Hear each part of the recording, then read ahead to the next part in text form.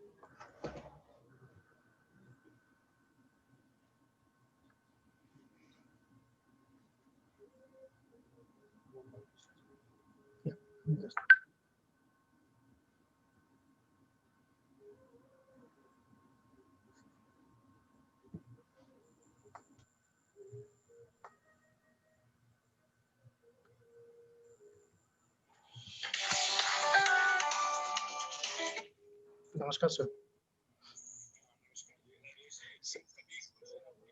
KCTYTPSY, at Gmail. So उस पे आपको ऑटम KCTPSY@gmail.com उस पे आपको कंफर्मेशन गया होगा. उसी को आप क्लिक करेंगे, then you can join automatically.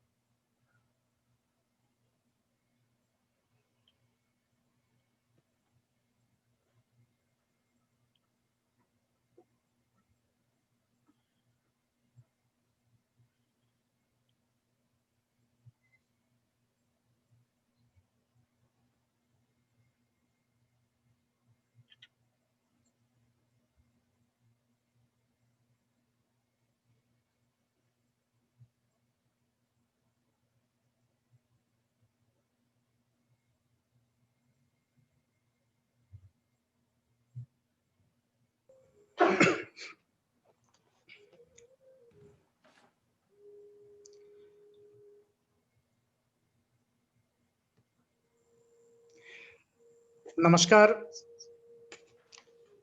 So we should start now.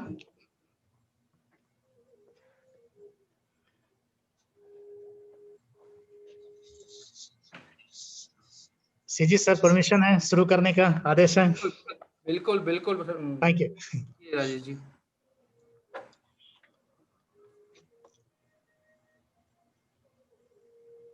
I, Rajesh Mishra, welcome all of you on our first International Yoga Symposium on yoga and mental health. Shakti IFO is social charitable organization based in Bremen, through which we spread Indian culture, tradition, arts. And with this series, we have started International Yoga Symposium. And we thanks to the Consulate General of India, who always guide us, supports and motivate us. So Shakti IFO is organizing in association with Consulate General of India and Dr. Mishra Academy, Bremen.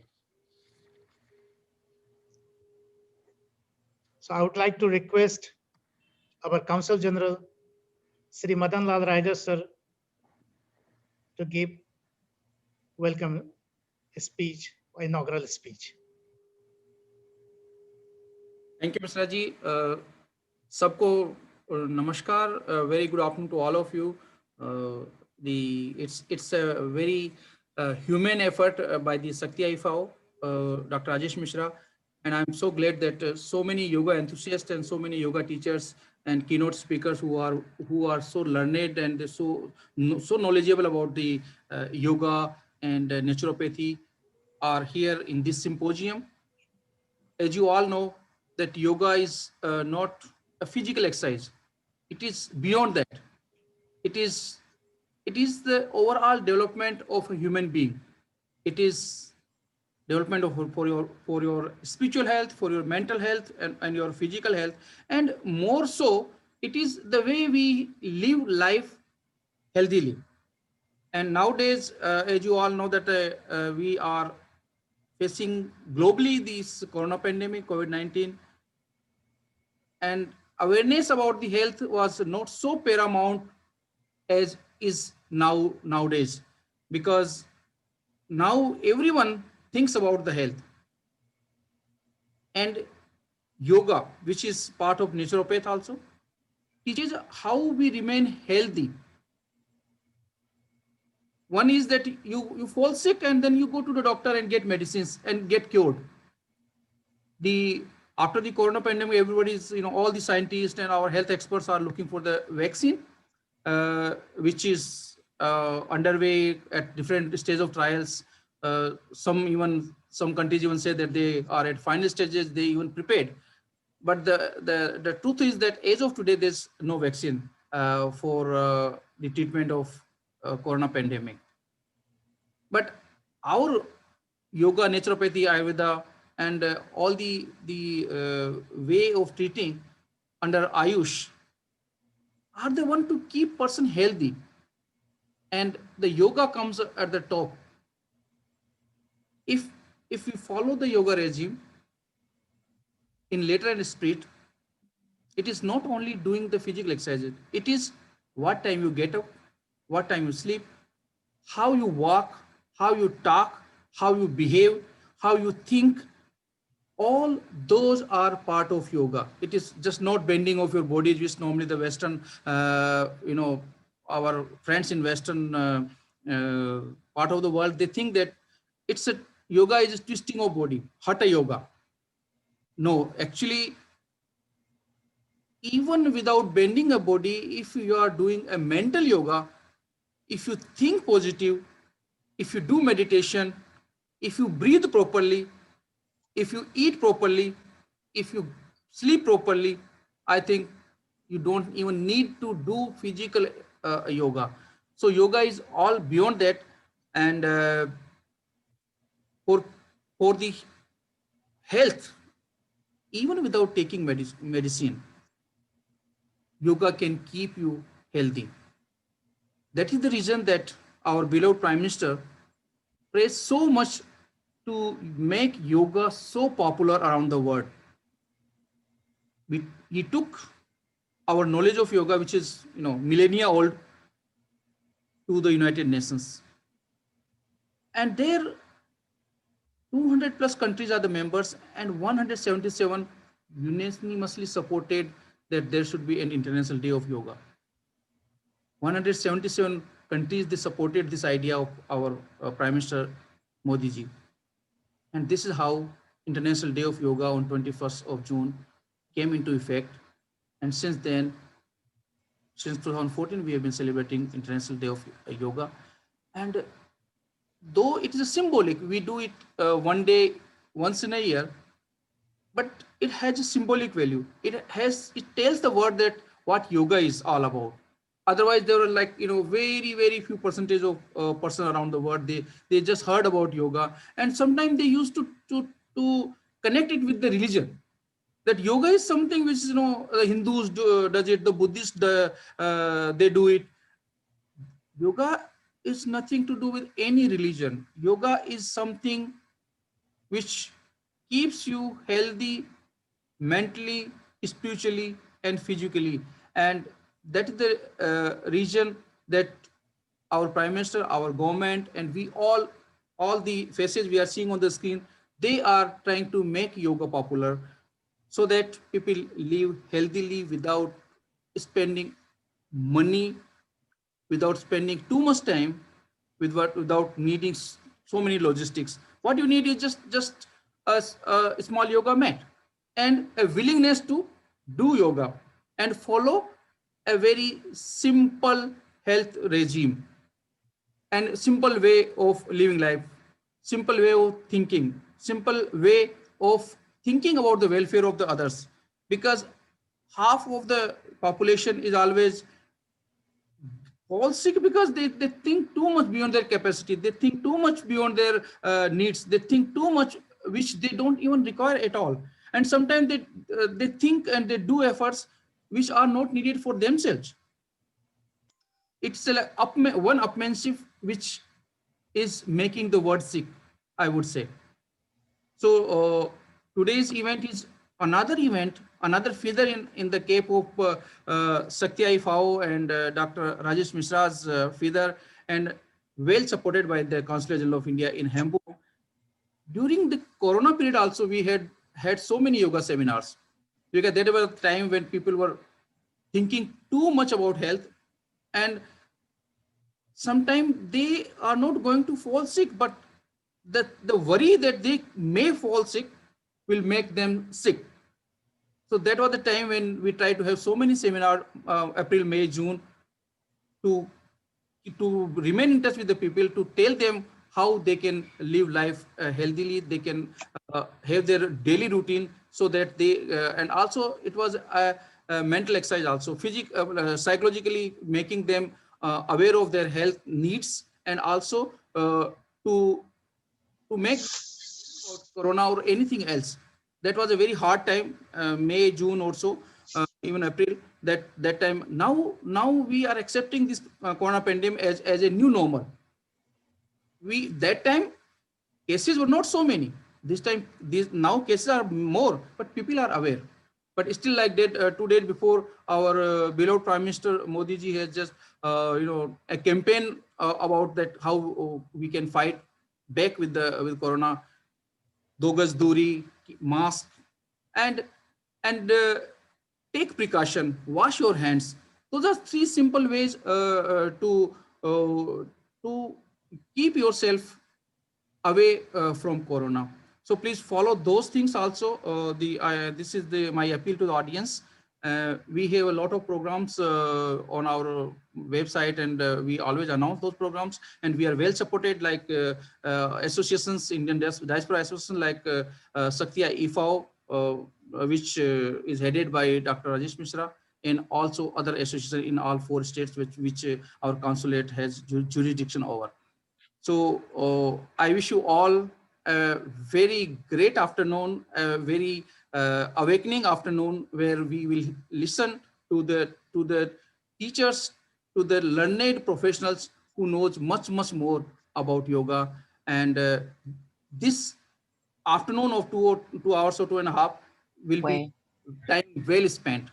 All a very healthy life, and look forward to a great afternoon session. Thank you, Mr. Raji. Thank you all the keynote speakers. Thank you all the yoga enthusiasts, and thank you all the audience who have joined for this yoga symposium.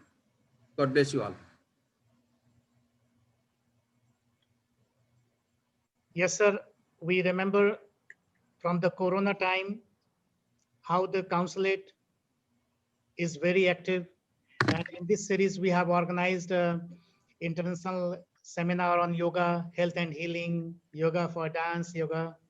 So, and there are different workshops. So thank you to you. Yes, sir, you are right that today in our panel, all panelists are gems of the India and the world. Gems. Every panelist, their contribution about the yoga, about the yoga to the society is tremendous. So I would like to introduce our panelist. Uh, first is Dr. Chinmay Pandey is the Vice Chancellor, Pro Vice Chancellor from Dev Sanskriti Vishwavidyalaya. And Swami Brahmdev Ji. Swami Brahmdev Ji is the founder of Aurovillo Ashram, Auroville Ashram. Dr. Christoph Garner. Dr. Christoph Garner will join soon. Dr. Ishwar Vaswa Reddy Ji. Sir is joining second time with us. So welcome, sir. And Dr. Antonietta Rozzi from Italy. Dr. Rozzi is the Prime Minister awardees. And next is Dr. H.R. Nagendra, Chancellor S. Vyasa. Dr. Nagendra will join later at 3. And then we have Dr. Professor Ashok Vora Ji is a philosopher, writer. I can say about Dr. Vora, when I try to search and I found his profile in 38 page. So I was really confused that what I should write about. So thank you, sir. And then Dr. Jivasu from Canada. Thank you, sir, for accepting in short notice. And Professor Dr. Kailash Toliji, he guide us how to organize well, because I have to accept that this is the first time we are organizing this International Yoga Symposium and guides us. So welcome, sir.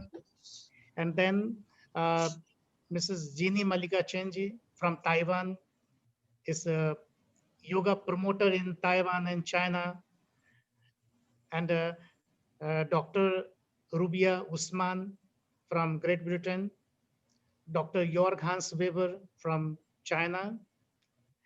So all speakers has contributed lots about to the yoga, to the society, and he helps to the society through yoga. And there is a many scientific paper also. So I'm sure that this is learning for us. After a long time, we teacher who never went didn't went last few years to the university or college. So here we will learn from the teachers.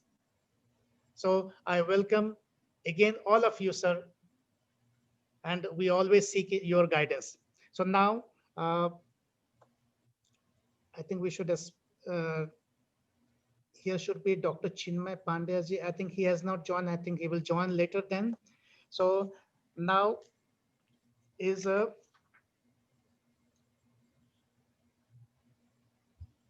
Swami Brahmdev ji. I would like to request Swami Brahmdev ji. Swami Brahmdev ji is the founder of Auroville Ashram in India. Swamiji is spreading the teaching of Sri Aurobindo and Mother around world. Swamiji is graduate from law school and degree in economics and engineering. Swamiji travel different part of the world and guiding thousands, millions people. So I would like to welcome Swami Brahmdev ji. Swamiji, welcome.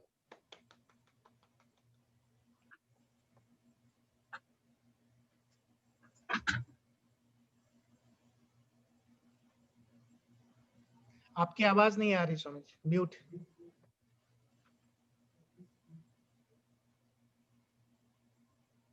नमस्कार। हाँ जी, आ रही है अभी जी। It's a pleasure to meet all of you. Namaskar. Yoga, for me, all life is yoga.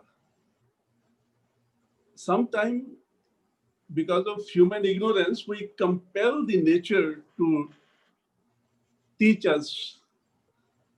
And nature always use sometimes hard processes, sometimes soft processes.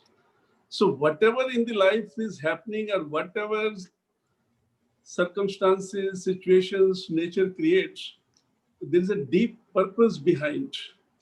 And the purpose only want to awake us, to teach us that how to grow in consciousness and how to improve this life and live more better. So our life consciously or unconsciously, is a process of awakening oneself.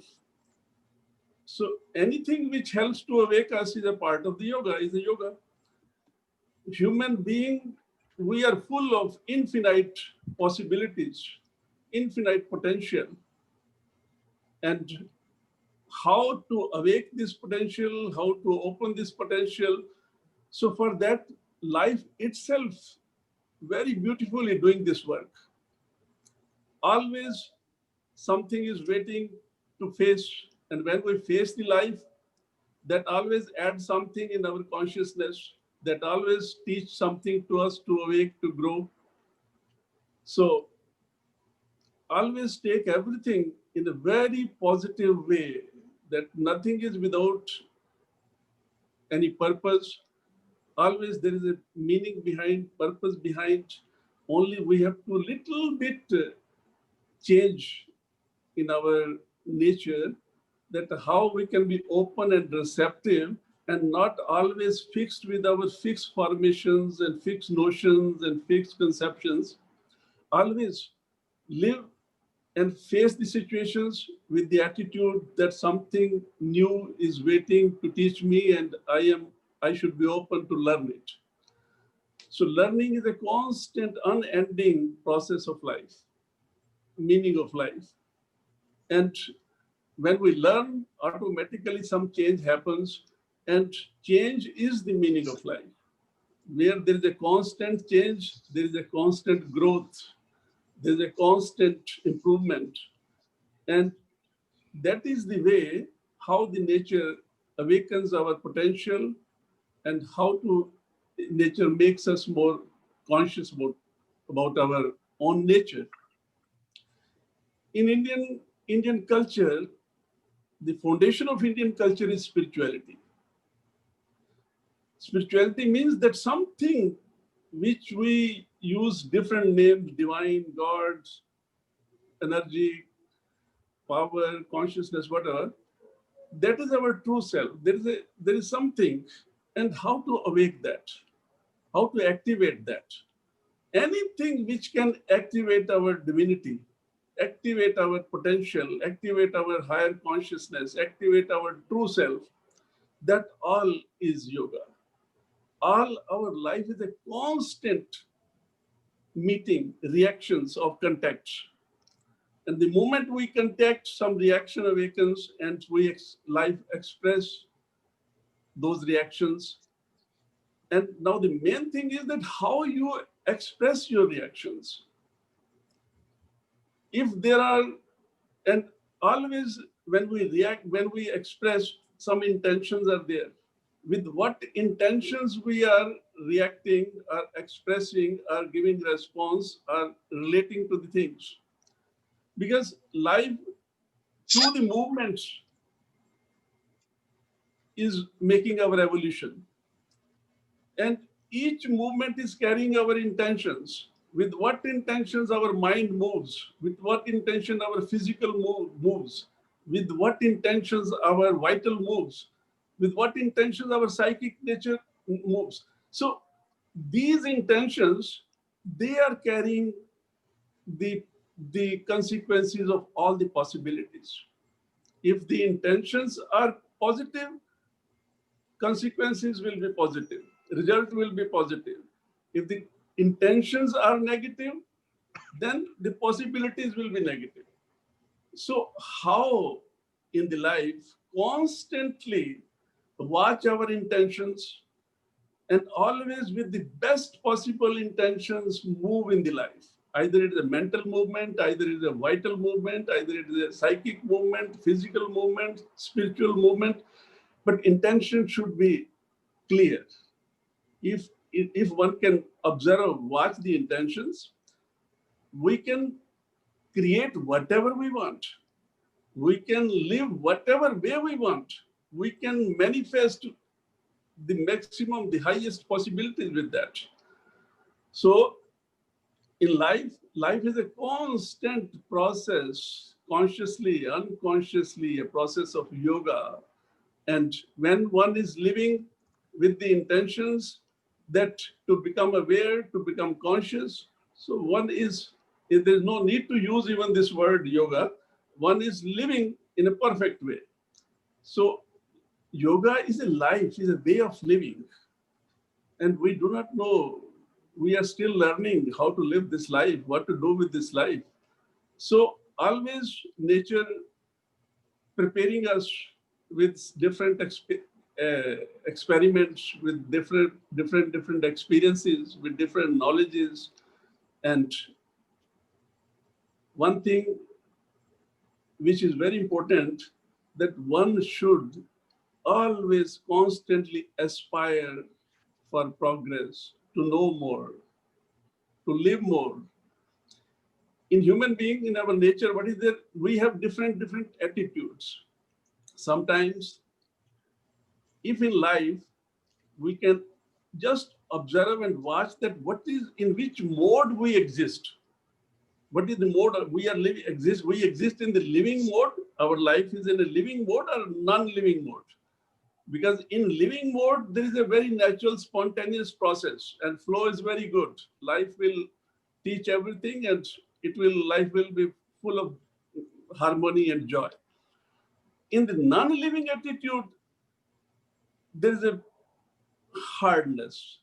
There one is struggling, doing hard work, labor, and always worry and hurry, and because in surviving attitude, the nature is different. Human nature, mostly we are human beings, so automatically, naturally, that so many selfish needs, greeds are there. So as soon as one is in non-living attitude, it means one is living for self-satisfaction, selfish satisfaction, personal satisfaction.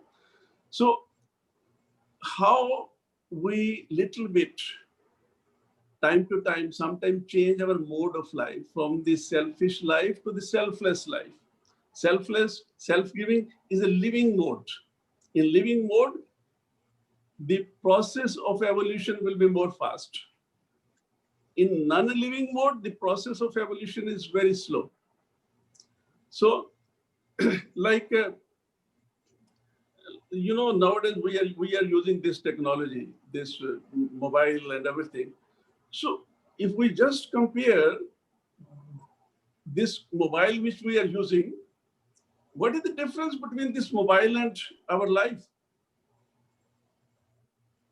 Nowadays, this mobile is becoming our life. And what is in the mobile? Some incoming, outgoing, some apps. In a similar way, in our life, always there are incomings, outgoings, always different natures, different apps are active. So we have to become aware that what apps we should activate in our life, which can awake us, which can connect us, can awaken our spirituality, which can awaken our divinity, which can connect us with our true self. There are, and one can do that because, sincerity, simplicity, fearlessness, these are the apps, and we should activate these apps in our life. There is no need to worry for anything. There is no need to hurry for anything. There is no need to fear for anything. Life is a constant, unending learning institution. And when one is open, receptive, learning, one is always full of joyful, blissful, peaceful, this kind of nature. So if the life which we are living, if we can just little bit adjust our tuning with the progressive attitude, with the dynamic attitude, with the living attitude, one can live this life with joy, with peace, with harmony, with love, and the life will look more beautiful. One can see that how everywhere there is a beauty, everywhere everything is okay, nothing is wrong, nothing is without any meaning, nothing is without any purpose. So that way, that is a little bit what I know I explained. So that is my understanding, clarity about yoga and about life. Thank you very much. Thank you, Swamiji. Namaste. It's true that intention and attitude is very important, because sometimes we see in our daily life, sometimes attitude is good, but intention is not good. So you're right that intention and attitude is very important for the happy life and for the yogic life. That is the part of the important yogic lifestyle. Thank you, Swamiji, for your blessing. And I'm sure that Thank you. we will follow these things. Today, maybe with some technical problem, Dr. Chinmay Pandey is not joining, some internet problems, but he had sent one video. So I would like to share with you all. Okay.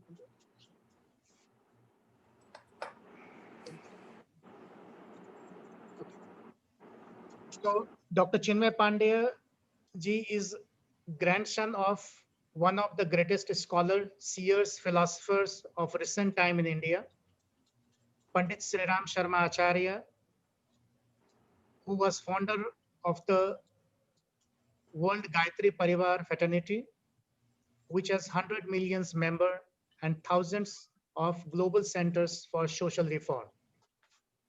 He currently serves as a pro-vice chancellor of Dev Sanskrit Vishwavidyalaya University. Following medical studies in India, he trained in the United Kingdom, where he gained membership of Royal College of Psychiatrists in London. So I would like to welcome Dr. Chinmay Pandey ji. Personally, whenever I write him, I always receive the guidance, supports from him. So even Dr. Pandey is not here, I would like to play his inaugural speech.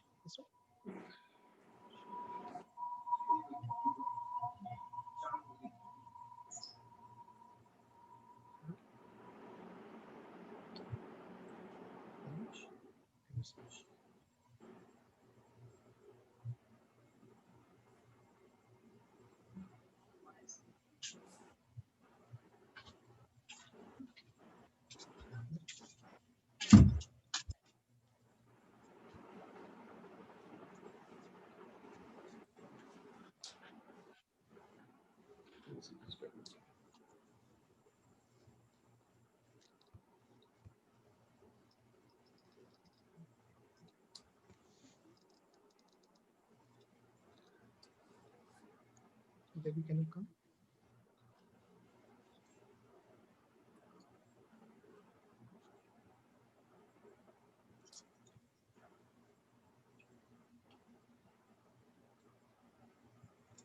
Oh, yes.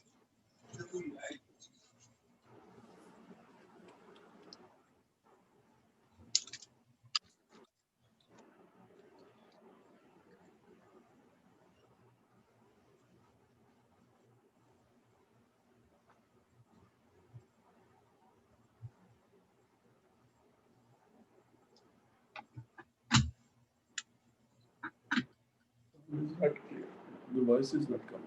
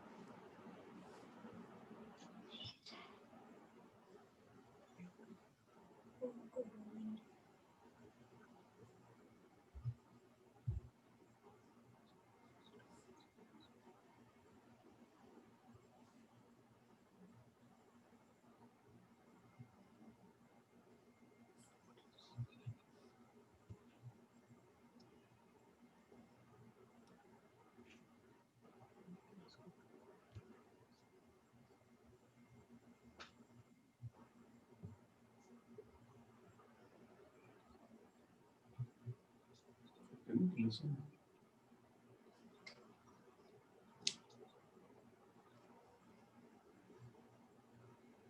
to fix the sound. Apologies for not having the sound just yet. While we're waiting, I just wanted to just introduce myself. Hello, I'm Dr. Ruby Osman. We've started a live poll. So I'm sharing the link in the messages. You can click on the live poll and vote and tell us a little bit about your yoga practice. And at the end of the session, then we can compare and see how different people all over the world do different things. So please participate in the poll. I'll share the link again. It's on www.slido.com. And we will also share the number. It's hashtag 77615, but it should be there in the messages.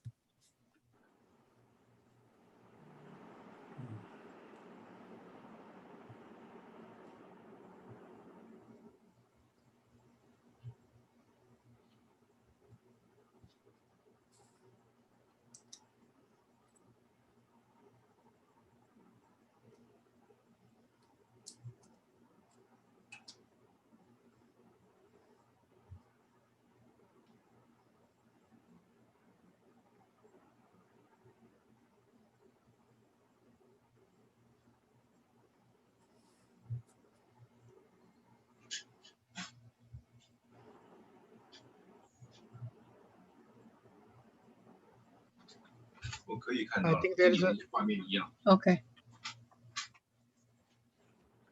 This video stop. Okay, now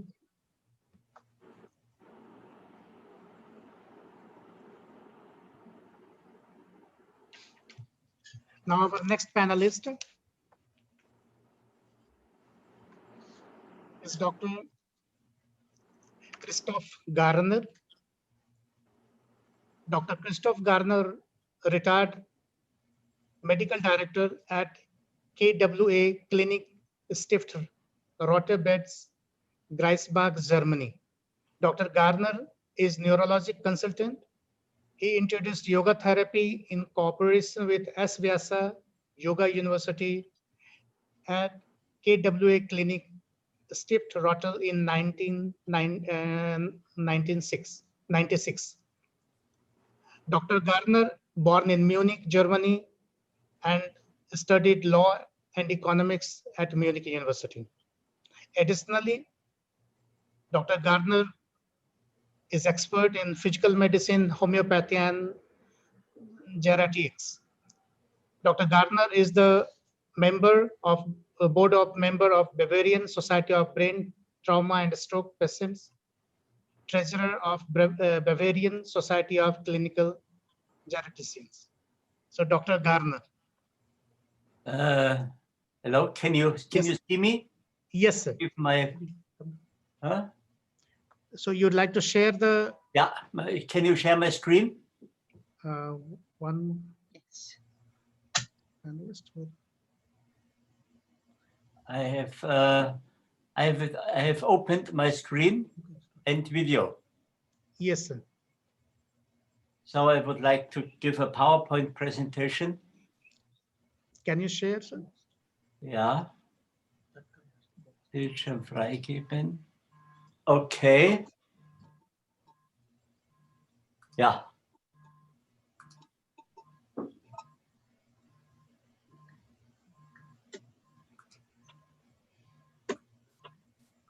Yes. This is fine. You can Yes, see? sir. Yes, sir. Okay. Okay. 1 second.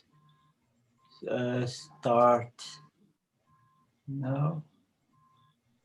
Okay, we will do like this. So, dear audience, I want to share an MRI study, which has been performed 2 years ago by my daughter in cooperation with me at University of Hamburg in Germany. And there she was investigating whether 10 weeks training of yoga, hatha yoga, has any effect on brain structure. And this is a very interesting study that you can see how yoga is affecting the brain and in what respect the brain is improved by yoga. Yeah. Hope everybody can see. So the yoga program was done 10 weeks in the winter semester and again 10 weeks in the summer semester. So there were two different groups. And the effects were measured before starting the yoga sessions and after ending the yoga sessions. So at the beginning of the study semester and at the end. We go on. Yeah. It was a controlled, non-randomized. You can see me? Hear me? Everything can see and hear me? Yes? Yes, sir. Okay, very good. It was a controlled, non-randomized, longitudinal experimental pre-post study with measurements with high resolution MRI. We had two control groups. One control group was doing sports and the other control group did not change anything in lifestyle. Both groups have done no yoga or no sports before the study. Yeah, and the very important thing is the participants, which were taken from the students of the university, they could choose themselves which group they wanted to join, whether they wanted to go to the yoga group or they wanted to do sports, or they only were interested to see their MRI because this was the revenue the students got. They got their own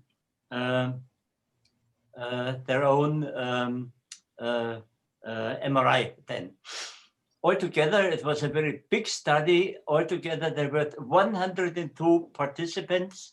Yeah, in the Hatha Yoga group, there were 36. In the anaerobic sports group, 33, and in the passive group, 31. Male and female were more female than males in the yoga group, which is quite common that females like yoga more than males. The passive group was there were also more female people. All were healthy medical students, mean 22 years. And they also had a look on blood pressure at a neuropsychological test like the 2 cancellation test and a well-being test. The device what was used was a high resolution MRI from Siemens, 3 Tesla, which is one of the best MRIs which we have at the moment. The analyzing software was SPM8 and VBM8 and an anatomy toolbox to allocate the changes to the brain structures. Statistically, we used SPSS, which is commonly used at universities for doing statistical analysis and the appropriate tests there. And we were measuring the changes in the density of the gray matter. Next slide. I could try to improve the screen. Yeah, okay. One more. Yeah. Yes. The result was that there was a significant increase in gray matter density only in the yoga group at the right hippocampus. I will explain this later. And there was a significant decrease of gray matter density in the sports group, and the passive group showed no difference. 1 second, I'll try to get a picture. Yeah, here you can see that the control group here had no change. The sports group had a negative change. That means after the 10 weeks of sports, there was a decrease of density in the right hippocampus, and in the yoga group, there was a significant increase. Yeah. Now you see the most interesting picture. On the right, on the left, sorry, there is the control group before red and after right. So there was no change. The sports group had a reduction in the density of this hippocampal area. And conversely, the yoga group shown on the right side, there was an increase of the density, which was significant compared to the start of the study. But the most interesting thing on this picture is that even before starting the yoga lectures, they were done once a week for 1.5 hours by my daughter herself. She had learned yoga at a yoga instructors course at SVYASA University in Bangalore. In the beginning, the hippocampal density before starting the study was lower than in the sports group and in the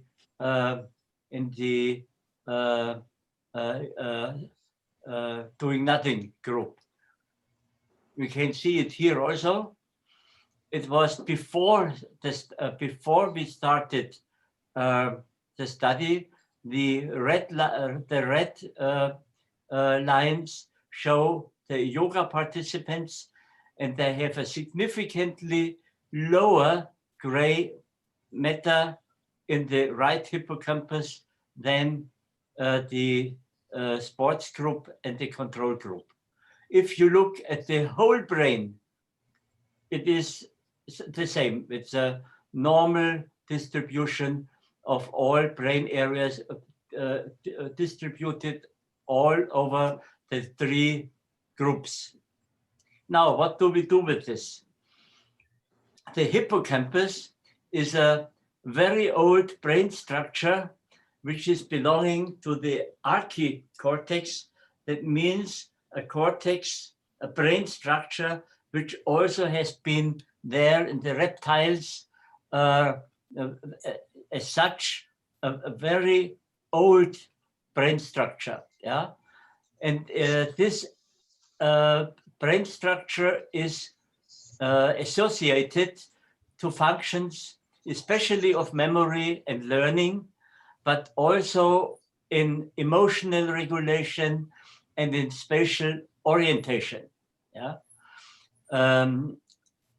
Very interesting also that this brain structure, in contrast to the other brain, it is capable that new neurons can be created during lifetime, whereas in the other brain structures, after the 8th year of life, it is not possible to create new neurons.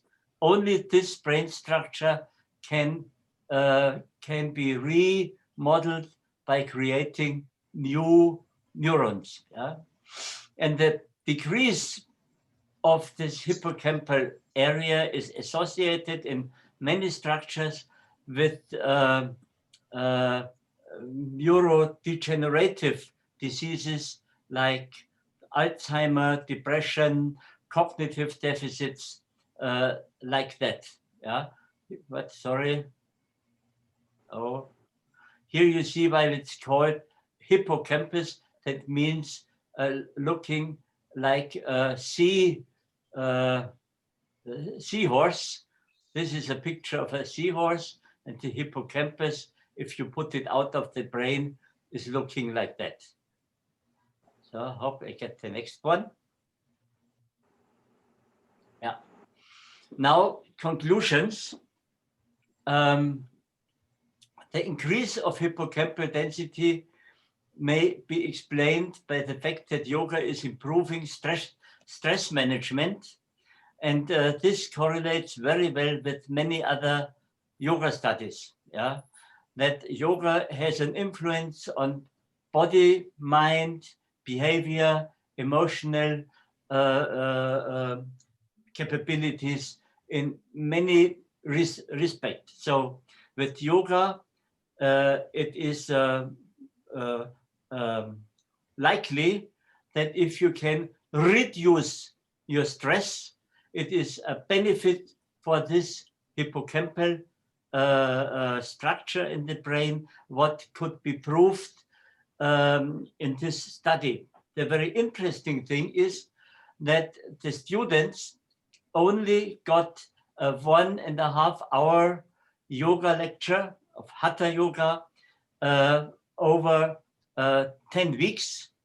So somehow little intervention with yoga once a week, yeah, over 10 weeks already can have benefit change to the brain structures.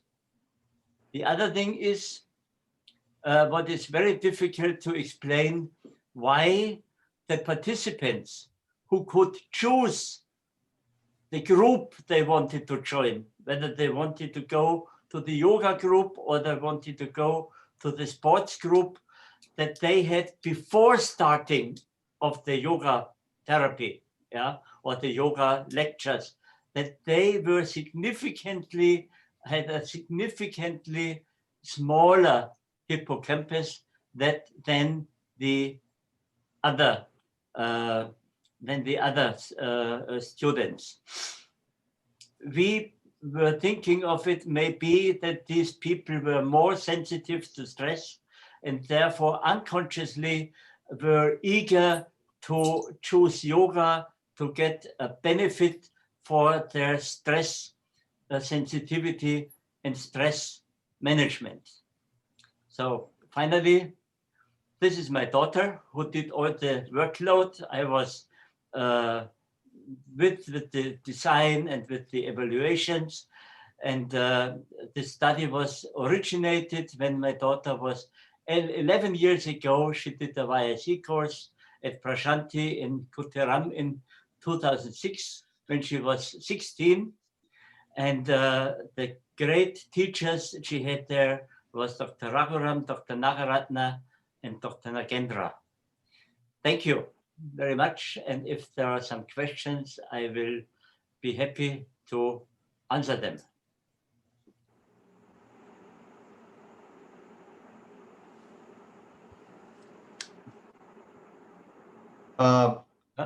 So a question that as you mentioned, that changes in the hippocampus. Yeah. And you are very right. The neurogenesis actually goes to the very end of life. In fact, when one is dying. Yeah. So what will be the implication on mental health directly beside the stress management? Yeah. But with yoga, even after only having 10 lectures, yeah, you can significantly improve your density. That means the number of neurons. That's correct. In the hippocampus, and by that may be memory, orientation, emotion, all these things can be improved by yoga. And as far as I know, this is one of the first studies which can show that there is a structural improvement doing yoga. That's right. Yeah. Thank you very much. Yeah. Thank you, sir. Thank you. Anyone has the questions? Would love to take the 2 questions from public participants. Anyone would like to ask the questions? Please raise your hand. Yes, Dr. Saroj Kumar Sahu.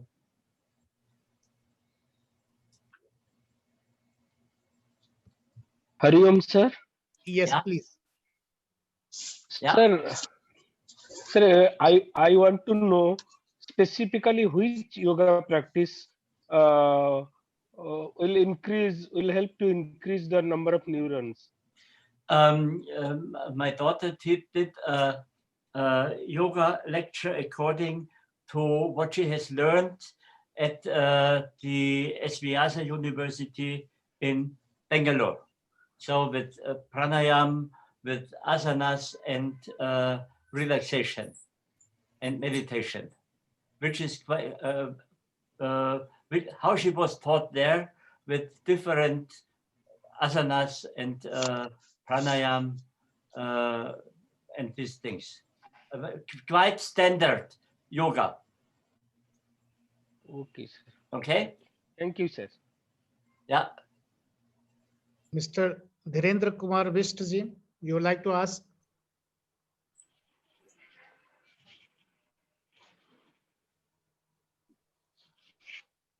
Any other like to ask question? Kamal Kishore?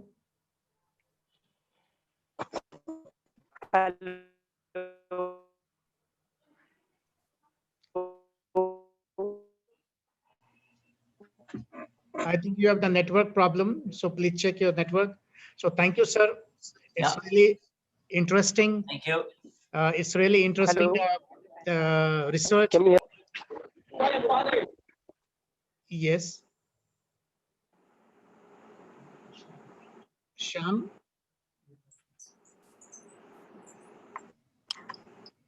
Sham Piparti? Okay. So thank you very much. Thank you. And then we'll you. keep in touch, and definitely one. So I would like to invite you, Bremen, because we are in same little distance, and Okay. Hope to really see you. it's motivated for us that we do some research. We only talk about this is good for the yoga is good for this, yoga for good for that, but how this is very important. Yeah. And, Okay. and this great contribution to you and of you and your daughters. Thank you, sir. Thank you. Thank you. Thank you. Thank you. Bye-bye. Bye. Now we have our next panelist, Dr. Ishwar Vaswa Reddy ji, Director, Morarji Desai National Yoga Institute, Ministry of Ayush, Government of India. Dr. Vaswa Reddy ji is advisor, Yoga and Naturopath, Ministry of Ayush, Government of India, New Delhi, and CEO, Yoga Certification Board. So I would like to invite Dr. Ishwar Vaswa Reddy ji. I always personally receive guidance from Dr. Ishwar Vaswa Reddy ji. Sir. Namaste. Namaste. Om Shanti Shanti Shanti.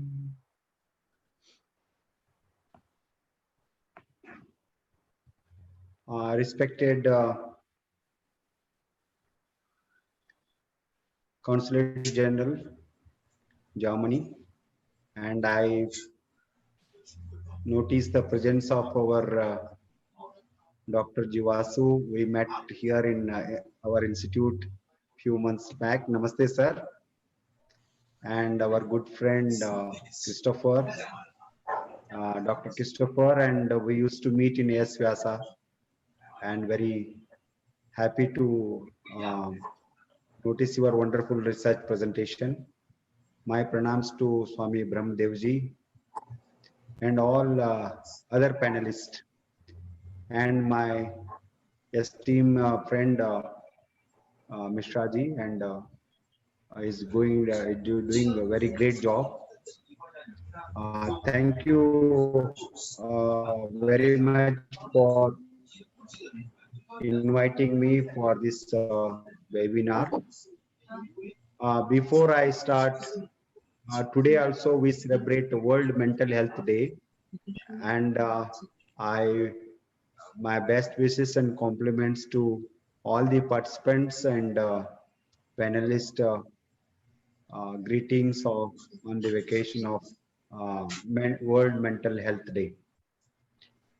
And there is a very close relationship between mental health and yoga. Yoga, always I mentioned that two statements I used to make about yoga. Many of the medical professionals may not like, or our bureaucrats may not like. One is, if you see the entire nature of yoga, it is essentially spiritual. And all the yoga practices are mind-centric. So whatever we are studying, it is the brain or the physiological functions. But the concept of mind in yoga is a little bit different from the concept of mind in the medical science. And we have different philosophical systems called darshanas. Each darshana has defined mind and its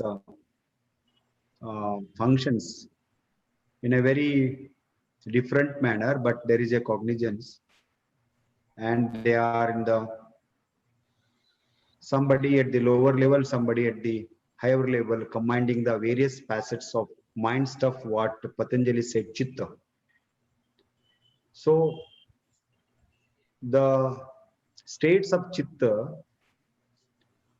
called by the Vyasa, by commenting on the Yoga Sutra, he has mentioned about 5 states of chitta: Moodha, Kshipta, Vikshipta, Ekagra, and Niruddha state.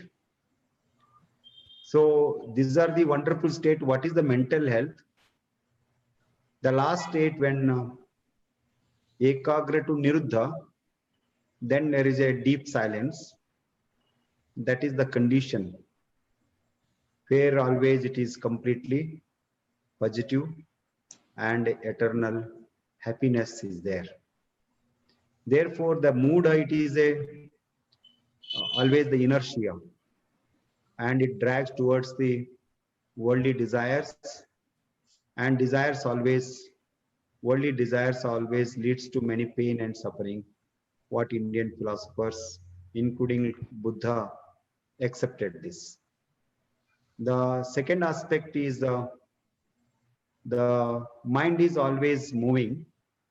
If it is moved to upward side, it is sattva nature, and if it comes to the lower aspect, it mingles up with rajas, always it is moving.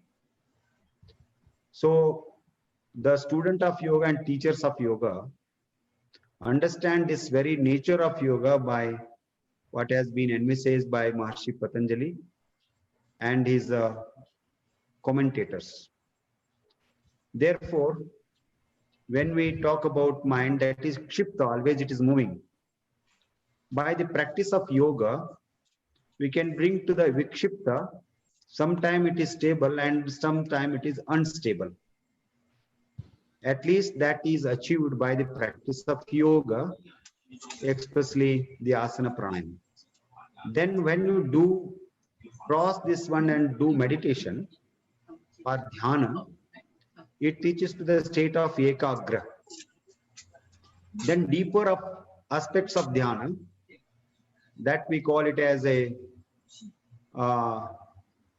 samadhi, or the beginning of samadhi, and there are different stages of samadhi. So that will be the niruddhavastha. So that is the state what Patanjali explained in more than 2000 years back, very clearly mentioned about the mental states. I am coming to the modern concepts. Today there are so many webinars. I am not able to post my slides to Mishra ji, and therefore I will be have a freedom to not to confine to the slides, and I will speak extempore. Namaskar, Raigar Sahab. Namaste. Madan Raigar Sahab. Thank you. Namaste, namaste. So, what Patanjali explained after this yoga is vritti nirodha. There we come into the state of complete state of bliss or happiness. That is the yogic state. That is the perfect state of mental health. What is said? What are the obstacles? He pointed out pancha klesha, avidya, asmita, raga, dvesha, abhinivesha. So avidya or ignorance is the root cause of all the problems. Ignorance. What is that ignorance? Nitya anitya vastu viveka. So many times even our researchers or scientists or philosophers, we always say what is nitya, what is truth. We don't call it as truth. We don't consider it as truth. So many of us are living in the illusion. So therefore our scientific researches are also go on changing. Then that's why the yoga always go to the eternal truth. That's why ignorance or the vidya is the root cause of all the problems or all the diseases. Then asmita, raga, dvesha, abhinivesha, clinging to the life, all these are the afflictions. Then what are the solutions? He has given some philosophical concepts, but I am coming to slowly to the practical concept. Then I will relate it to the modern medical concept of mental health and I conclude. He give the concept of abhyasa and vairagya. You choose any positive practices. It may be healthy lifestyle. It may be a proper exercising pattern, sleep pattern, behavioral pattern, which are good for health. It needs the practice. Many of us, we teach, but many times we don't consider our teaching is for us also. So that's why abhyasa is very much essential. So dirgha kala niryantarya satkara sevito dridabhumi. So just by knowing abhyasa, it will not be part of our life. Even sleeping at right time, we have to practice. And some asana, it will not come in a day or two. Pranayama, it will not come in a week. So all these things has to be practiced. Now you can see from last more than 8-9 months, the whole world is trying for the COVID vaccine. How many strict protocols are being followed across the world? So, but at the same time, we are taking these principles and practices very lightly, which are very perfect, time tested and being followed for many hundred years. And still they are in the public domain. I am a student of science. I have always tried to examine from both philosophical and scientific angle. And if it is applied to the technology, then I will take it up. Therefore, abhyasa is very much essential. Then he comes to give the whole series of practices, Ashtanga Yoga, Yama, Niyama, Asana, etc. I will not go to those details, but I am happy to inform nowadays how this can be done and achieve the mental health. One, whenever we live, we face toxins or the impurities are entering in terms of food, in terms of air, water, what we drink. And whenever we move on, the thoughts, emotions, negative emotions, they all are there and they are making us to feel, disturb us mentally, emotionally. Then it will transfer to the disturbance of the pranic system. Then it will go to the physical body, convert into the disease or disorders. What we take up in the medical science, even our neurological and psychiatry, these things, they are giving medicines for the disease convert mental diseases or mental disorders, not diseases, disorders converted into a physiological disease condition. There we try to give the medicine to the physical body or physical ailments. So that's why they are psychiatric disorders. But what is the cause? Root cause is the mind. So therefore, yoga emphasizes on the mind management. So detoxification starts. So we have physical detoxifications. We have some cleansing practices. Majorly three. One is a respiratory tract. The second one is the stomach.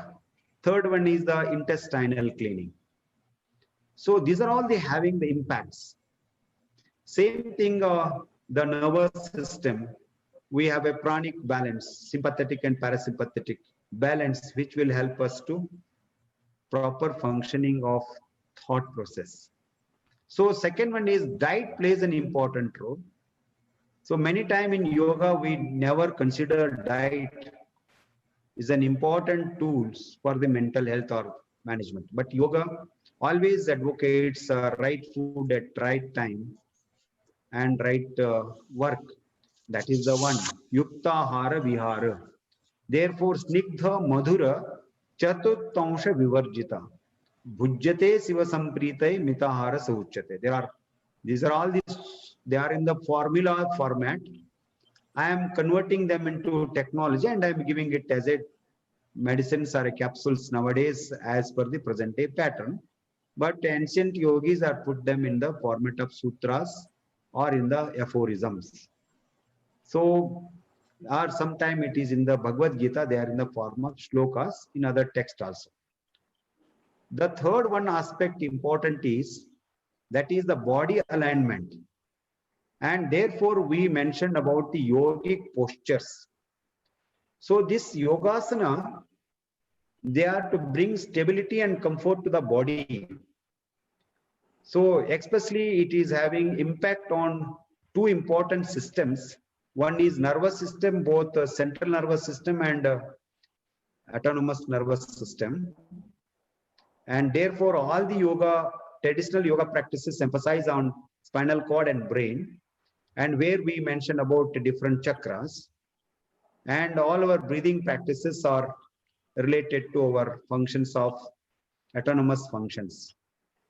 Therefore, practicing yoga asanas brings stability and lightness to the body. And by developing complete equilibrium, and helps to develop complete equilibrium between body and mind. It prepares the practitioners or the sadhaks for the higher practices of yoga.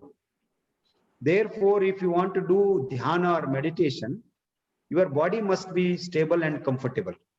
And research study shows regular practice of yogasana helps to improve the physical activity. Nowadays, it's emphasized metabolism, muscular strength, and endurance, with internally focusing on the mental state, because they are not mere exercises, they are psycho-physiological practices.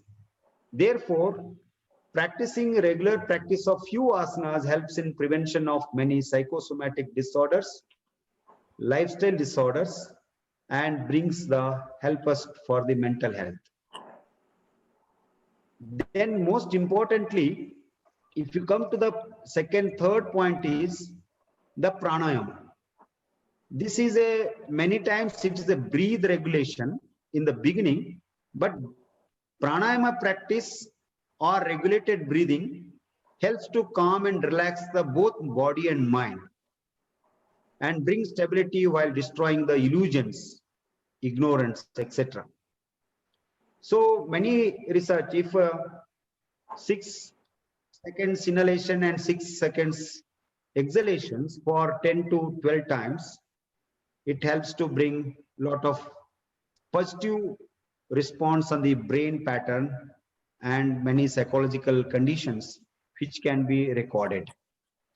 So if you see the effects of pranayama, and the research shows, many researches, thousands of research, reduces the levels of stress, especially the stress hormones, cortisols, boost the immunity, and also helps to reduce longer run like Ujjayi and other pranayama, the cholesterol, increase antioxidant protection, enhance the brain function, and as Dr. Christopher was mentioning in his research, and normalizes brainwave patterns. And recently we worked with an immense simple alternative nostril breathing with a proper regulated inhalation and exhalations for 6-second inhalation and 5 to 6 second inhalation and regulations help to normalize the wave patterns.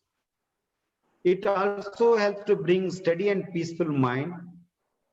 Therefore, the practice of pranayama or regulated breathing helps to bring balance in the autonomous nervous system functions, which are related to mental and emotional reactions.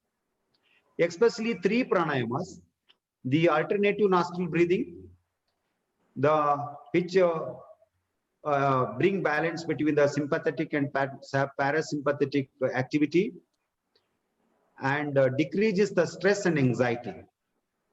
Ujjayi increases the oxygenation saturation in the body. Brahmari, which is very similar to the humming sound, increases the nasal nitric oxide, NO, which may improve blood flow to the ciliary epithelium and has anti-inflammatory action. So third important aspect is dhyana, what we refer as a meditation. The word dhyana as envisaged in yoga is little bit different from the concept of Western concept of meditation. So it is little bit subtler, but whatever the researches has been conducted across the globe, and mostly they are on meditation, and very few researches have been conducted on the yoga dhyana, which is a process.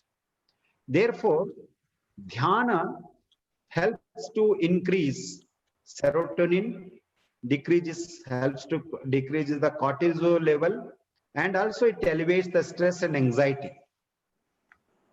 So therefore, dhyana is an important component which helps for the many of the mental conditions, and it may be stress, anxiety, and other things. And therefore, these 3, asana, pranayama, and dhyana as a practice, some of the prerequisites like detoxification methods and proper diet pattern, and bring us to have a meditation which happens. Meditation brings the behavioral change. Behavioral modification happens when we really meditate. So it is the state, that state has to be defined, and researches has to be conducted on that state of dhyana. There definitely it will improve the quality of meditation. Even one cannot meditate. Swami Satyanandji, other yogis, Niranjana and Saraswati, they all brought in and developed a intermediate practice for relaxation, yoga nidra, very systematized tool. So that will also help to reduce many of the psychological problems. Therefore, regular practice of yoga helps to manage the negative thoughts and emotions while developing resilience and self-esteem of person.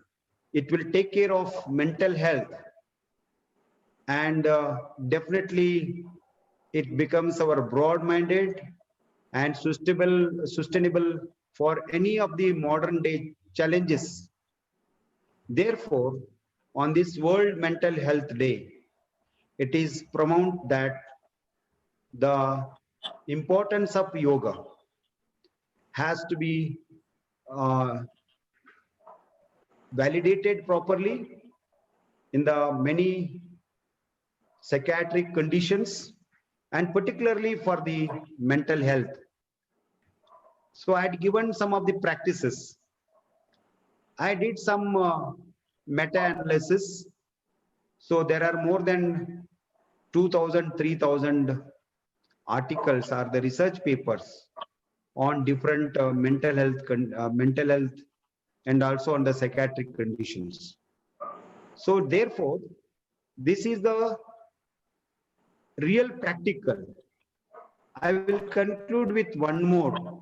There are several practices which are philosophical in nature, but there are methodologies to be practiced that are bringing real mental health.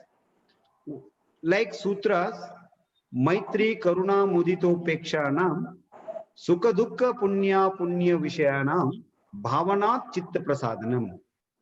So we have 4 states of people and 4 states of mind. One is the happiness. So yoga always advocates cultivate the friendliness towards the happy people or happy condition of our own self, which will enhance the chitta prasadana or happiness of the mind, mental health. We should develop the compassion towards the person who is suffering or who is in the pain. We should become happy in the company of virtuous people. The most importantly, within us in the society, we face many wrong things. The only way Patanjali advocate is just ignore the wrong emotions, wrong thoughts, ignore the company of wrong people, ignore the wrong conditions which will affect our mental health and bring imbalance. So like this, there are several practices. This one sutra took me several months to practice because it's a practice. So like this, pranayama takes time, asana takes time. Once you achieve that, that becomes a part of our life. That means once we born, we have to act. No one can sit. So that means that brings the compassion, love. So love to be reacted in action. So when you start loving our actions, and it is a total transformation. So that transformation brings the action in relaxation, that brings the happiness, and that brings the positive mental health. So this is the requirement of the day. The whole world is under the pandemic conditions. There are several psychosociological changes are going to happen in the family, at the workplace, and in the society. And it is affecting the human relationships. Therefore, these are the time-tested practices of yoga that will definitely help in this changed world scenario. And if you resolve today, that is the beautiful contribution from the panelists and the participants on the eve of World Mental Health Day. Thank you once again for the opportunity. And thank you, Mishaji, for a wonderful opportunity has been given. So thank you one and all. Namaste Shanti. Dhanwad. Thank you, sir. Your lecture always give learning for us. As a yoga teacher, we need some learning. We always like a satsang. So your lecture is always like we learn always. That's why we love to listen to you whenever we do something. So we request you to please guide us. So thank you very much. And yes, about the research, we want to do research in Bremen about the yoga, because every day is a new day. Every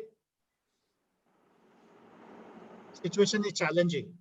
So through the scientific way, we want to do some research, and that's why I'm happy that Dr. Christopher Garner and others will guide us.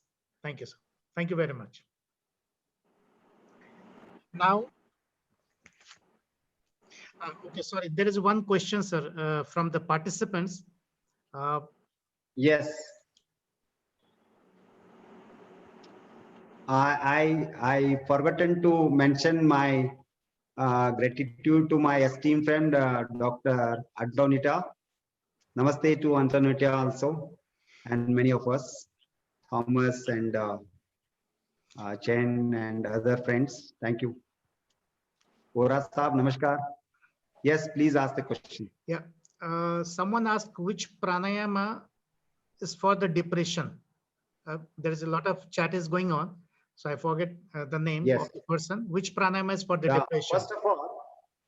first of all, whenever you do pranayama, the frontal sinus has to be cleansed, etc.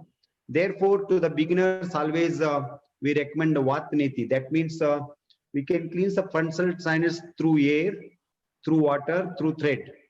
So like this, so this is a friction. Then it is followed by alternative nostril breathing. So it is a rhythmic breathing, not a abrupt breathing. If you say 5 seconds inhalation, 5 seconds exhalation. So it takes some 3-4 rounds. It will be continued for 10 to 12 rounds. Then if it is followed by Brahmari pranayama, it is very good. So what I halasana, they found very effective before pranayama for the management of depression. We developed this modules, but they have asked for pranayama. One is any Vatneti or Kapalbhati, then alternative nostril breathing, then Brahmari pranayama, then silence helps to overcome the depression. Thank you, sir. Question was from Mallikarjun Deva Reddy ji. Thank you. So now we have another speaker, Dr. Antonietta Rozzi.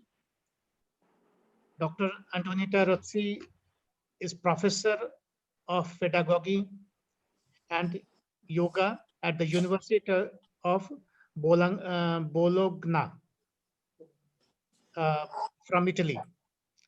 She teaches yoga in education as an official course at the University of Bologna, Italy. She has been nominated by eminent Indian yoga master, president of Sarva Yoga International, and recently received the Prime Minister Award for the outstanding contribution of promotion and development of yoga. I would like to invite Dr. Rozzi, and please enlighten us with your speech. Dr. Rozzi. Thank you very much. Thanks a lot. Respected Consul General, distinguished guests, it's really a pleasure for me to be in touch with you. I thank Dr. Mishra for this kind invitation. It's always a pleasure to share from Italy our view on yoga. And as educator, I have been and I still am interested in bringing yoga in the context of official education, because I think that this can be a great help for society. When we speak of mental health, of course, everyone is interested in mental health. But when we can help young people to achieve mental health, we are building the future. Sometimes in adults, in elderly also, we are mostly repairing the past or the present. So I think this is an interesting mission. And we have to consider that young people in a modern society, and I am speaking mainly on the point of view of Western society, are very stressed. I appreciate very much the research that Dr. Garner has done, because it helps us to understand better what we can do for the mental health of young people. Children, adolescents, they live constantly in a kind of stress, which we can call a physiological stress. They are growing. So in growing, they have to constantly adapt. And this is the syndrome of stress or adaptation. And this is quite normal. I mean, we all survive to this kind of stress after adolescence. What is new now for the new generation and for adults also is a new kind of stress that Dr. Mishra encouraged me to speak about, which is techno-stress. Technology are useful. These are the way we can be in touch now, so I'm very happy to use it. And it is precisely of this new technology I would like to talk about. The impact they have on everyone's life, and in particular on young people. And trying to highlight also the positive aspect, because there are many positive aspects, but also some dangers, and to see how yoga can be useful to overcome some issue to the excessive use of technologies. First of all, we must consider that the advent of new technology have built a new feeling of unity all across the world. So this is positive. We know immediately and can see what happened in other countries of the planet. This also builds a strong feeling of unity and participation, especially in young people. And they have the feeling to become citizens of the world, so more responsible also of the destiny of the entire planet.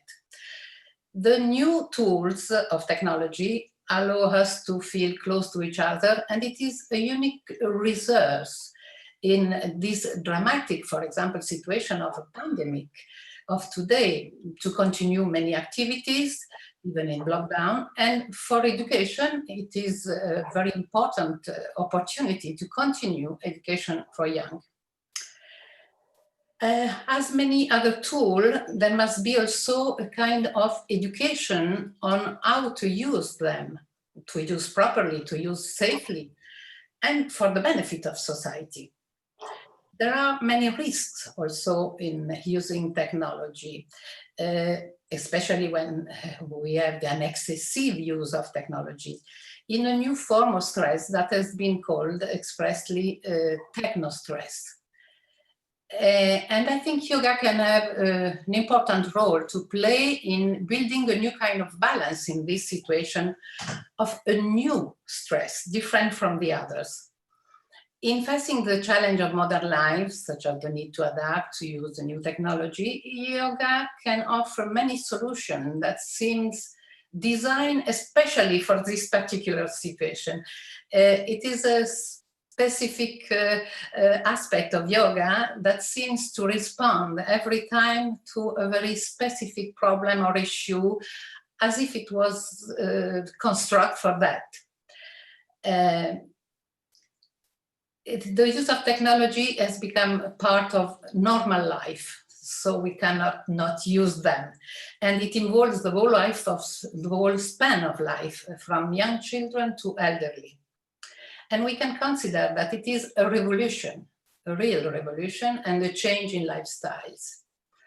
And this affects all age, but it is particularly significant in the development age, because at that time of our life, we are trying to build and to become more stable in our personality. So the development of cognitive, affective, relational skills are strongly influenced by the use of learning tools and patterns of learning also. And more, we are seeing that these tools are increasingly based on digital technology and informatics. So after a first period of enthusiasm in the use of technology, scientists, doctors, educators, psychologists, and sociologists too have begun to wonder about the individual and social changes that is increasingly pervasive in our lives.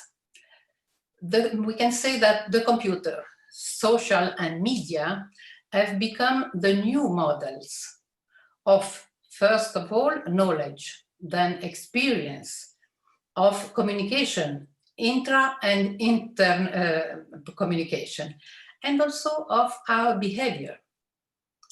So the danger is the excessive of or wrong use of technology that has created a new stress condition called techno-stress, by Craig Broad in 1984. So it's not only a recent problem, but it starts with the beginning of the new technology.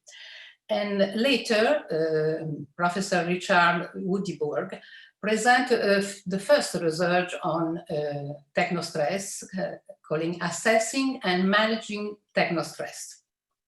And since the 90s, many have studied the phenomenon of technostress related to the use of technology called ICT, Information and Communication Technology, for digital natives. So for those young who use only this technology, ICT has become almost exclusively the only learning tools. Developing, of course, new skills, but also a new kind of stress. The excessive use or almost exclusive use of technology has effect on the whole personality. They have effect on the physical plane, psychological plane, and especially on the behavior. So this is currently, there is currently now a little scientific research on the positive or negative effects in the use of technology in young people. Major research have been done on adults and at workplaces. But the digital natives have developed new skills not only in the proper use of technological tools, but also in their mental structure, in the pattern of learning, and in organizing patterns of memories, knowledge, affective and social relationship, and in the management of discomfort or diseases too. So it can be interesting to put the focus on this kind of stress because it is a little bit different from all other kinds of stress. All this change may lead to a very high level of stress, like lack of emotional control, panic attack, or depression, as well as aggressiveness. I don't know if it is the same in all countries, but in Europe, aggressiveness in adolescents is a very strong problem to face. And in schools too, bullying, cyberbullying, etc. A first consideration in excessive use of technology tools is the difficulty of discriminating between virtual reality and actual reality, and in finding appropriate, suitable behavioral schemes, because young people sometimes does not distinguish what they find in video games, violence they see in films or video games, and the reality of the world. So they act at the same way as if it was a play, but it's real life. So this aspect of discrimination, we can say viveka in yoga, is very important, and we have to focus on this in the education of young people. It is a matter of fact that we cannot avoid to use technology nowadays. So let's see also some of the advantages that underline the positive aspects, especially in young. First, we can have the ability to have a lot of information available and very quickly. We can have a greater and early knowledge of the world with wider horizon for young people. They can travel without traveling all around the world and know much more things than previous generations. Internet allows also to explore and know the world directly, but it allows also to have a great deal of information and get quick answer to any question. I just want to say, when I was in Delhi, a taxi driver, very funny, I asked how long it takes to go somewhere, and he said, oh, Madam, one moment, let me ask to Google Guru. So we will have new gurus now. And it is true that sometimes the digital tools become the new gurus of our thoughts and our lives. And for young people, quick and superficial information predisposes to superficial learning. So in education, we talk about the birth of a new model of mind, which is very quick in response, so intelligent in quick response, but unable to develop a deductive thought, reflexive thought, that allow true and deep learning, true knowledge, the ability to develop also autonomous thinking, and again, discrimination, viveka. Technologies have brought about a real anthropological mutation. One philosopher of Europe, Zygmunt Bauman, described the modern society and technology as a liquid society, without precise boundaries and unable to pursue the very rapid progress with unequal progress in the development of consciousness, in order to better adapt to the changes also and avoid stress. So, despite the birth of new network and connection, even emotional relationships have become liquid, superficial, due to lack of social real contact, because mainly they are virtual contacts with the experience that creates also sometimes a sense of loneliness, especially in young people. That's why we react with a frenetic need to feel always connected, and that can sometimes lead to a real addiction. There are addiction to internet and to tools of technology, and these are illness of the psyche. Young people are digital natives, have mastered the digital tool and have developed what is called multitasking skills. Apparently, it seems to be good. But the multitasking skill, according to some recent researches, reveal a certain brain fatigue, first of all, because our brain is not yet adapted to do many things at the same time. And a reduction of gray matter in prefrontal area, as some research have shown exactly, while meditation, as it has been announced by Dr. Basavaradi too, according to neurosciences research, increased the volume of prefrontal area. So with a better control, for example, in emotion and reaction also to the events. But technology can be also an extraordinary tool of culture and social development, especially among the poor class of society, for example. I just name, because we don't have time to explain, but there have been a very interesting experiment in India named The Hole in the Wall. It was done by Dr. Shugata Mishra in, I think, 1999 or 1999, in a poor area of Delhi, where they put a computer in a wall connected to internet, and after some time children go to the computer, start to play with the computer and learn by themselves to use the computer. So it's what is called in pedagogy self-direct learning. So there are positive aspects, but we must focus for the mental health of the young people on the principal danger and symptoms of technostress. So the first one that is noticed in every field of education is the loss of concentration. Some major effects are depression, aggressiveness, and hunger attack, so no control, sometimes panic attack, also the attention deficit hyperactivity disorder, ADHD, is the most common in our young population, at least in Europe. There is also lack of excessive activities, so the two extreme of being tamasic or too rajasic. There is internet addiction, and there is also kind of seclusion, social seclusion, for example, for the young people called ikikomori in Japan.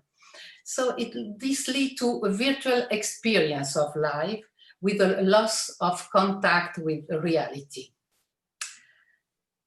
On the behavior, the use of internet and social may strengthen some trends that are difficult to control afterwards.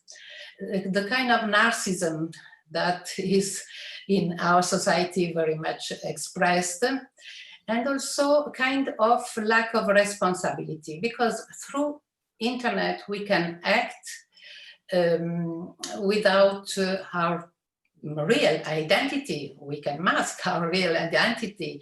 So we can easily do some kind of bullying or cyberbullying, especially in young people.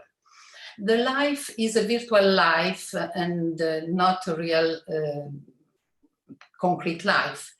There is also the danger of not knowing not only how to control, but how to recognize the emotion, what is called lexithymia. The impossibility to have a name for what we are experiencing. So this is a lack also of awareness of our own personality. And in young people, it is very dangerous because they have strong energy. If we think to adolescents, they have a lot of energy. And if these energy are not channelized properly, of course, they can become violence, or they can act against their own safety. Many suicide are caused by that. There is also a stress of excessive stimuli. Our brain is not ready also to have this excessive stimuli, and especially the visual stimuli. So this can lead to many reactions like computer rage, anger, frustration. And when this anger or frustration exceeds personal control, it can turn into a kind of rage or some violent actions. There is also an overload of information, which is tiring for our structure. And the skill, as we say, of multitasking required by some technology also is a cause of stress. So let's see how yoga can compensate these side effects of the bad use of technology. We can say, what if yoga was the answer to techno-stress? What if yoga could compensate some danger and limitation of a digital and virtual world? When I speak to my students at university, I introduce yoga as a pedagogy, not only to learning, but to build balanced personality when growing. I like to tell them, do you know who is the first who discovered internet? And of course, they tell me all the names of the people who work for internet. I say, no, the very first were the Rishi and the Yogi who discovered the connection that binds all beings and all things in the universe. So not only discover internet, but the yogi discovered also intranet, which is a dimension that in this virtual world and excessive stimuli in the outer world is a dimension that young people doesn't have the opportunity to discover. So they discover every level of human being, the yogis, and the self. And to discover the real self, or Atman, the yogi has created a very sophisticated technology also, which is called yoga. So that's the way we can introduce them, the yoga. So although the ultimate goal of yoga is to raise consciousness to its highest stage, yoga is an empirical, practical science. So it helps to be concrete and to be grounded, to live and to live in the reality of the world. So before overcoming the material world, of course. It helps also yoga to be conscious of practical acting versus virtual acting. It counteracts the speed and quantity of information and inputs of modern technology, because yoga is a slow time par excellence. And so it allows to have time to think, to digest new learnings, to memorize, to settle experience, to feel and to live. It teaches to go in deep instead of going fast. And this makes a great difference in learning process, but also in our behavior and the behavior of young people. It teaches to take time to act instead of react instinctively. So with aggressivity sometimes. It teaches so to manage emotion and aggressiveness. Yoga teaches to develop consciousness in every exercise since the very beginning of the practice. So it's strength, practical acting versus virtual. In yoga, one other thing, the body is active and not passive. And it is using modern technology that it is the same for the mind. We have to focus, to pay attention and be concentrate. And these are exactly the instruments that yoga train. And with this instrument, yoga train the mind and develop some skills. So if we look at the principal tools of yoga, we can find a solution to many of the problems of technostress. And all this situation can be controlled by yoga technique. I don't know if I have some time, but I think we can just make some examples to be more concrete. When we practice asana, for example, the body is active with slow movement and with prolonged concentration, not only on the movement themselves, but also in sensation, in the feedback of the movement, as well in the proprioceptive sensation, activating both at the same time the sensitive cortex and the motoric cortex, which is almost inactive when using digital technology. Asana can bring also postural correction, of course, activate circulatory system, almost slow down when we are sedentary using a computer and so on. It tends to strengthen muscles. So many of these issues can be improved by yoga technique. We can say the same for breathing, and Dr. Basavaradi explained very well how breathing can change, pattern of breathing can change also pattern of mind. And this can help to manage emotion and stress. Relaxation also is a very useful tool to recover from physical and psychical tension and fatigue also, mental effort that we have to do with the speed of technology. We can also counteract with the relaxation, the excess of stimuli, for example, for the brain. And dharana, the concentration.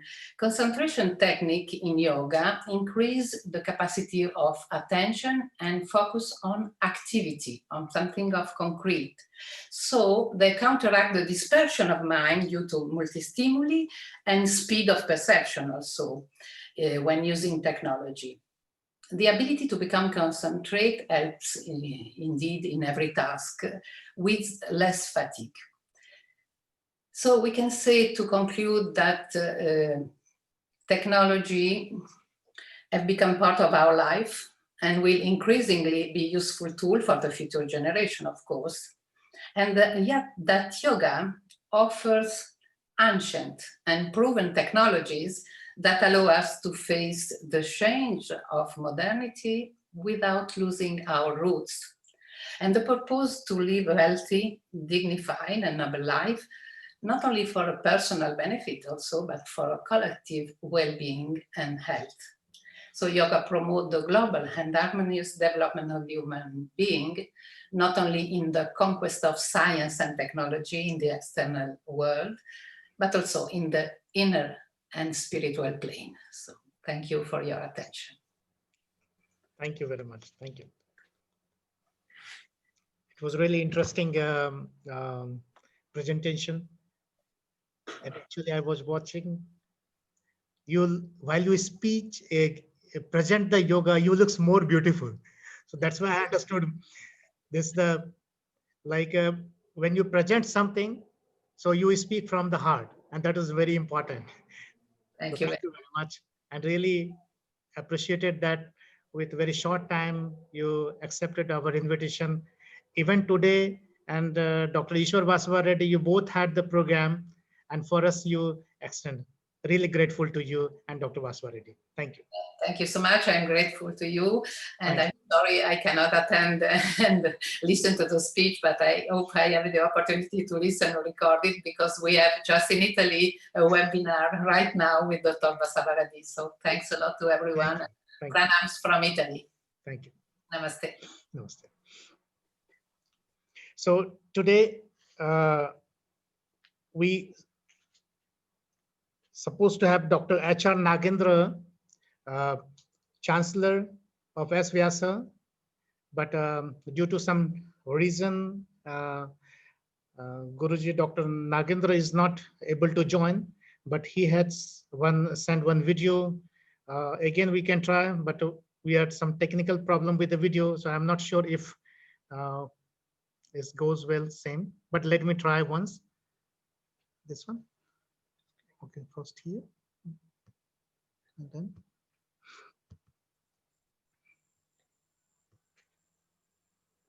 This conclusions.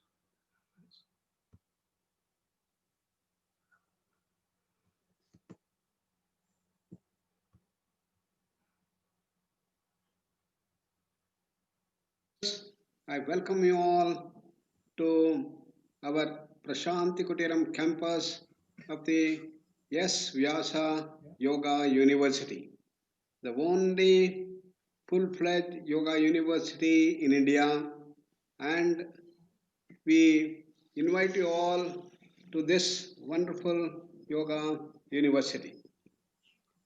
I congratulate the organizers for organizing this beautiful international yoga symposium on yoga and mental health in Germany by the Shaktya. And I congratulate our Dr. Rajesh K. Mishra for making this so nice and wonderful. I have seen the various speakers of renown who are coming and making their presentations. As all of you know, after the wonderful speech of our Honorable Prime Minister Narendra Modi ji, the International Day of Yoga was accepted by all the countries in the world to say that we must have June 21st as the International Day of Yoga. And in his beautiful speech, he made it so clear that yoga is not merely a set of physical exercises or physical postures, but it is a science of holistic living. And it's a way of life. And based on the teachings of Swami Vivekananda, he brought out the 4 streams of yoga. Gnana Yoga, the path of intellect; Raja Yoga, the path of willpower; Bhakti Yoga, the path of emotions; Karma Yoga, the path of action. And what is the goal of yoga? The goal of yoga is perfection. What is that perfection? It's a state of infinite happiness, permanent infinite happiness. It is a state of permanent infinite health, the perfect health. It is a state of infinite knowledge and a state of infinite freedom and power. That is the most coveted goal of human existence. So Swami Vivekananda said, you can reach this by any of the 4 paths: Gnana Yoga, Raja Yoga, Bhakti Yoga, Karma Yoga. Among them, Patanjali was a great seer, 900 BC, according to Max Muller, who brought out the essential features of yoga according to the Raja Yoga or Patanjali Yoga. In the definition of yoga, he said, yoga is to gain mastery over the mind, he said. Yogaha chitta vritti nirodha. Yoga is to gain mastery over the modifications of the mind, he said. In this mastery, there are 2 aspects. One is to shatter our laziness, lethargy, drowsiness, sleepiness, and sharpen your mind. Make the mind brilliant, sharp, intelligent, innovative, creative, faster mind. And that will increase the efficiency, one side. That is one part of the mastery. But then there is a second dimension of the mastery.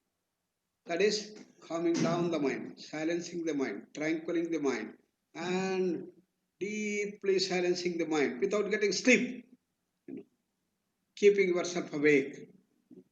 So these are like two wings on which we all fly to raise ourselves from our normal level to become great, super, divine human being and reach the highest thing. So, unfortunately, in our entire education system, we have seen that we have developed only the first part effectively and faster. They made very brilliant.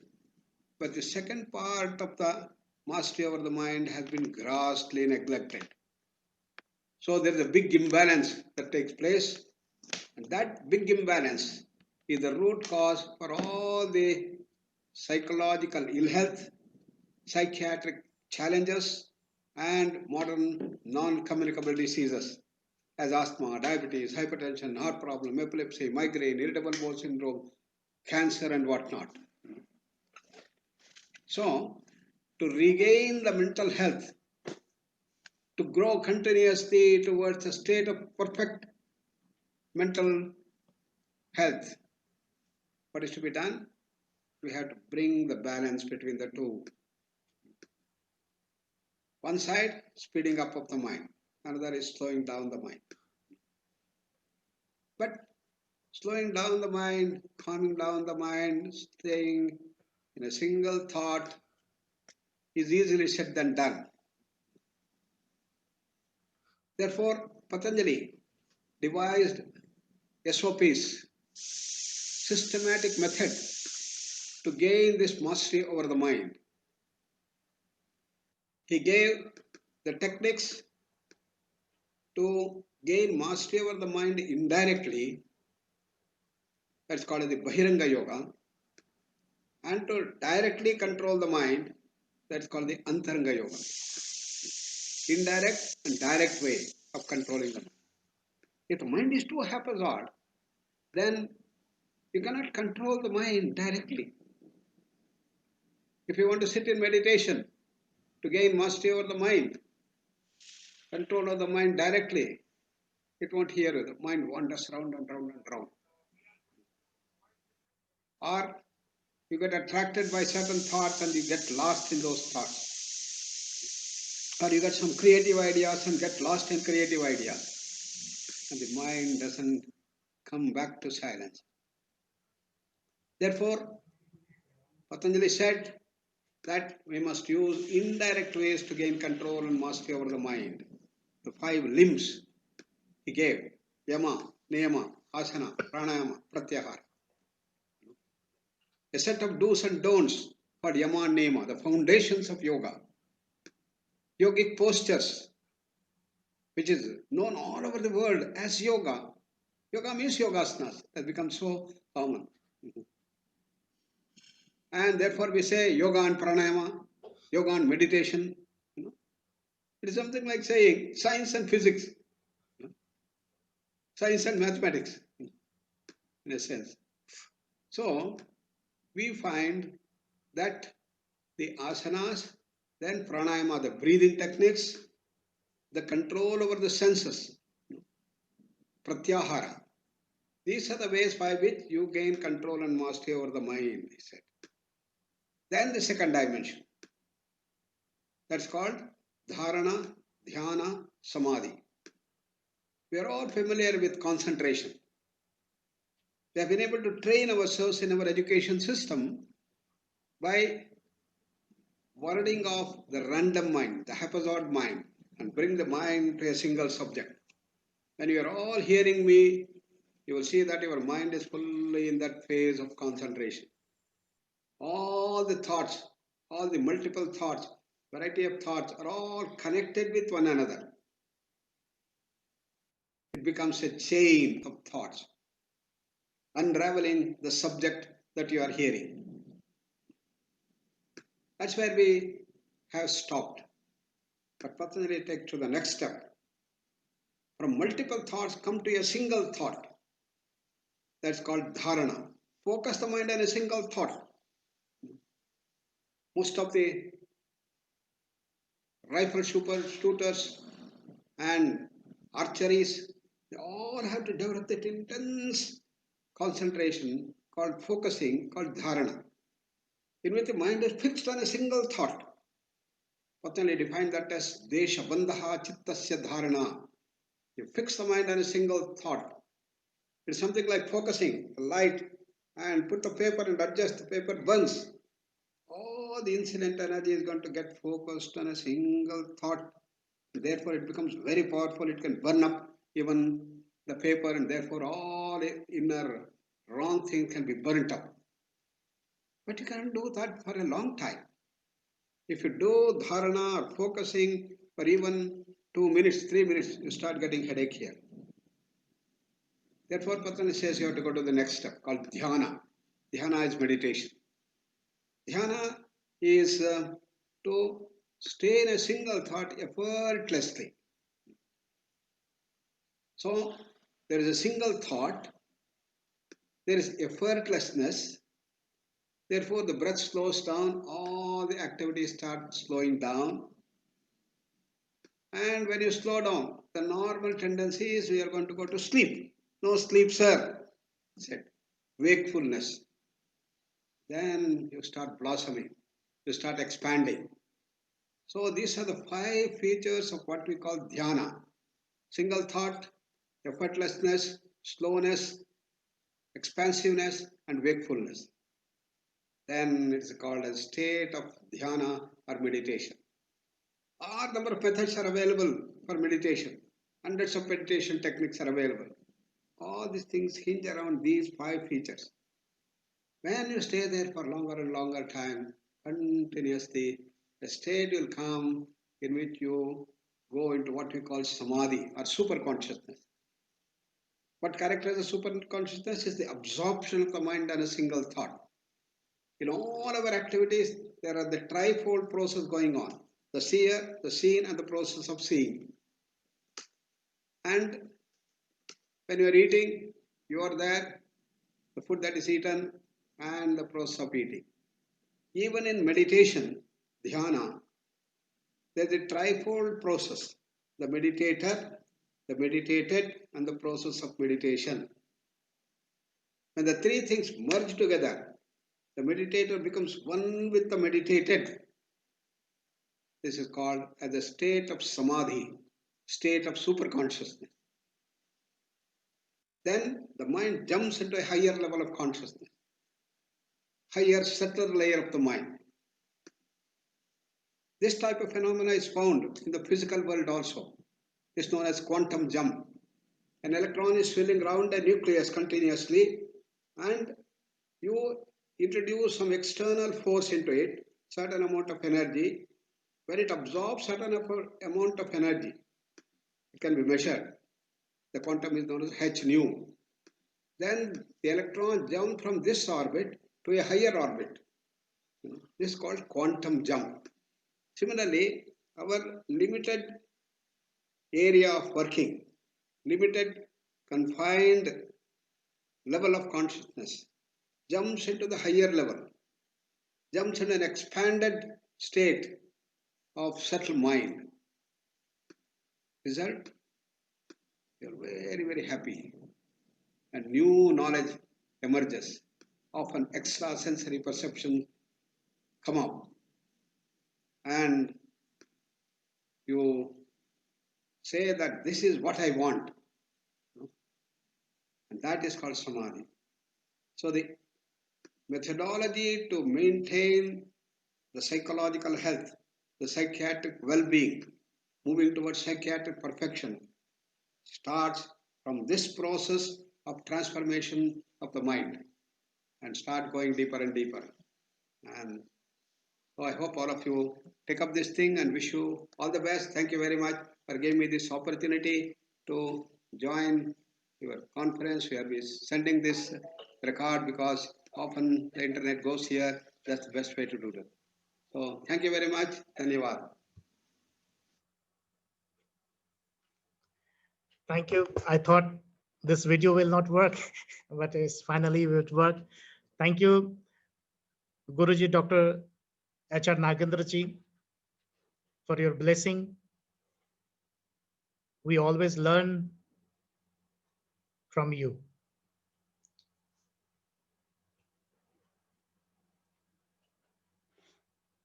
Now we have the next.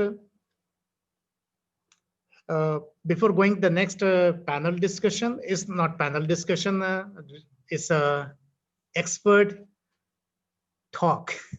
No, it's not panel discussion. It's like the always the all are the prominent eminent speakers. So before that, Dr. Rubia Usman ji. Dr. Rubia Usman. Yeah, yes, Rajesh, I'm here. Yeah. Dr. Rubia Usman has some poll about the yoga. So would you like to say about what is the poll and how much you get the feedback? Yes, I'm just going to try and see if I can share my screen. I did test it before and it Just worked. here at this moment during the our symposium. Yes. So I'm just going to try and share. Thank you so much for letting me do this, Rajesh. I feel honored to be among such amazing people. So I thought as just part of sort of just getting an idea from the audience what they think and how they feel and how yoga sort of affects their day-to-day activity, that we could do a poll. So I'll go through the questions of the poll one by one. We were able to get enough time to ask 3 questions. So the first one that we asked was, there you go. Can you guys see the screen? Yeah, we Yeah, can see. excellent. So this was the first question about, I was trying to find out if people practice and they do their yoga at same time every day. And it was very interesting to see the varied answers that we got. So thank you all for participating. Most people, as you can clearly see, they try and do at least 6 or 7 times a week. And they try for the same time of the day in the mornings, which they feel is the best time.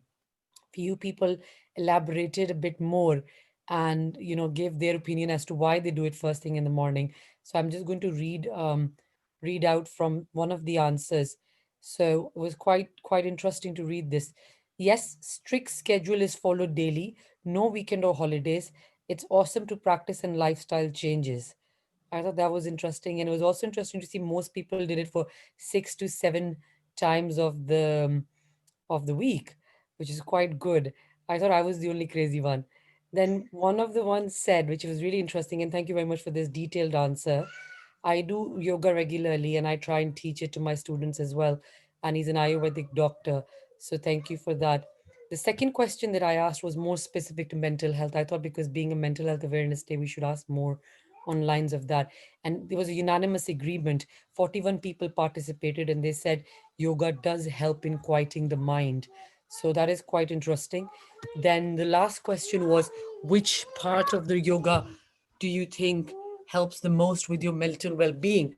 And I was quite intrigued with the answers for this, and I was quite hoping that we'll get the response that we did. That 82 people percent think Dhyanas contribute the most. So I apologize for putting this poll out at the very end. I maybe should have started with this one instead. But if you can see the answers, that just tells you how people think. What I also found was quite useful was that 9% people said that niyama also helps, which is what I've always believed, and which is what Rajesh, my teacher, kindly taught me when I first started, that the discipline is the most important part of it. So I thought that was quite interesting as well. Thank you, Dr. Via Usman. Thank you very much. Now we have our respected speaker, panelist, Dr. Ashok Vora. Professor Dr. Ashok Vora was the professor and head of the Department of Philosophy of Delhi University. He is the author, thinker of Indian philosophy. He has published many books and articles in newspaper. Dr. Vora has worked in 33 organizations as a member of selection committee of professor, lecturers, readers. As I said, I can't give his all profile explain because his profile was 38 page and really contribution when is the 38 page. So explanation, you can understand how long it will take. So welcome, sir, for please enlighten us with your speech. Thank you. Thank you very much, Rajesh Mishraji, for inviting me to this webinar. Actually, as I was sitting through the webinar, I was thinking that I must be a person out. I'm a round in the square hole. So, because all of you are practitioners of yoga, whereas I belong to the branch which deals with axiomatic studies. So, nevertheless, I had made some notes for this presentation. But today I'm going to speak about happiness and yoga. How does yoga help us to develop an attitude of happiness? So first of all, being a theoretician, being a student of philosophy, I would like to, and being involved in a conceptual study, I thought I should begin with the conceptual question. And that is, what is happiness? Seeking an answer to the question, what is happiness and how it can be achieved, has been asked from times immemorial by the literators, philosophers, and psychologists. They have continuously pondered over the nature and type of happiness and the technique of achieving permanent happiness. You see, permanent happiness is very important. The reason for this is that human beings, right from their origin, wants to lead a happy life. He wants to get rid of all the physical and psychological suffering and strives for it relentlessly. But suffering does not leave him. It is a bitter truth of our life that pain and suffering surrounds us from the very beginning of our life, from our birth to the time of inevitable death. So suffering is the reality of life. According to Aristotle, to say that happiness is the supreme good seems a platitude. It's a very normal thing. Despite this, it remains a fact. As the Dalai Lama says, the most fundamental aspiration of all human beings is to seek happiness, to overcome suffering. Human beings constantly and continuously strive to get rid of this mental and physical pains. Nevertheless, it remains the truth of our life that despite all our sincere efforts, prayers, strivings, and the sufferings around us from the time of our birth. That is why Buddha, in his first noble truth, says, Sarvam Dukkham, all is suffering. In the second, third, and fourth noble truths, he says Dukh Samudaya, Dukh Nirod, and Dukh Nirod path, the Dukh Nirod path. He explicates the cause of suffering, the cessation of suffering, and the path leading to the cessation of suffering. There is suffering, that is a fact of life, that is an existential fact of life, and we want to get rid of that. So Buddha is very hopeful that there is this suffering will come to an end because there is a path to suffering, path to bring an end to the suffering. However, the question, the question with which we began, however, the question, what is happiness, is an enigma. It is like the question, what is time? St. Augustine, in his book Confessions, discussing about the inexpressibility of the nature of time, says, what is time? If no one asks me, I know. But when I am asked to explain, I am at a loss, as I am not able to provide an answer. What is life? We all know. But we don't know. When somebody asks us what is life, what is the essence of life, we are not able to answer. The notion of happiness is like the notion of time or about life. We know what happiness is, but when asked to explain, we are bewildered as we are not able to provide a cogent answer. As Wittgenstein put it, it is something that we know when no one asks us, but no longer know when we are supposed to give an account of. However, though we are not able to describe happiness positively, Like Arthur Schopenhauer, we can say all happiness and gratification is that which is negative, the mere abolition of desires and extinction of pain. This definition has the merit of explaining the fact that as a rule, we find pleasure much more pleasurable, pain much more painful than we expect. In one time does not pass, and in the other, it takes wings. When we are happy, it takes wings. According to Aristotle, again, happiness is not a state, since it is, if it were, it might belong even to a man who slept all through his life, passing a vegetable existence, or to a victim of the greatest misfortunes. So happiness, we must remember, is not a state, it is an activity. Happiness belongs to an activity. Buddha categorically says, happiness is not something ready-made. It comes from your own actions. He goes on to say, happiness is not the absence of problems. It is the ability to deal with them. So happiness is the way we deal with our problems. It is not the absence of problems. Happiness should also be distinguished from pleasures. Happiness is distinct from pleasures. A pleasure can be abandoned after it is achieved. Pleasure can be achieved and therefore has an end. Its satisfaction marks the end of the quest for it. Happiness has no end. Happiness is eternal. It is a project. Happiness never surrenders to its fulfillment. Once we are happy with something, we go on pursuing it. It is a continuous, never-ending process of purging desires and extermination of pain and suffering. Though happiness is something which everyone desires, happiness is not a supreme value, as Bentham, Mill, and other utilitarians and pragmatists thought. Even Charvakas, in Indian context, argued that happiness is the end. The following thought experiment shows that happiness is not something that we wish to achieve at any cost. It is not that, we all want to be happy, but we don't want to be happy at any cost, at every cost. Suppose we have access to an existing or soon to be invented drug. We were talking about technology a few minutes ago. Suppose we have access to an existing or soon to be invented drug, which will induce in us extreme definition and perpetual happiness.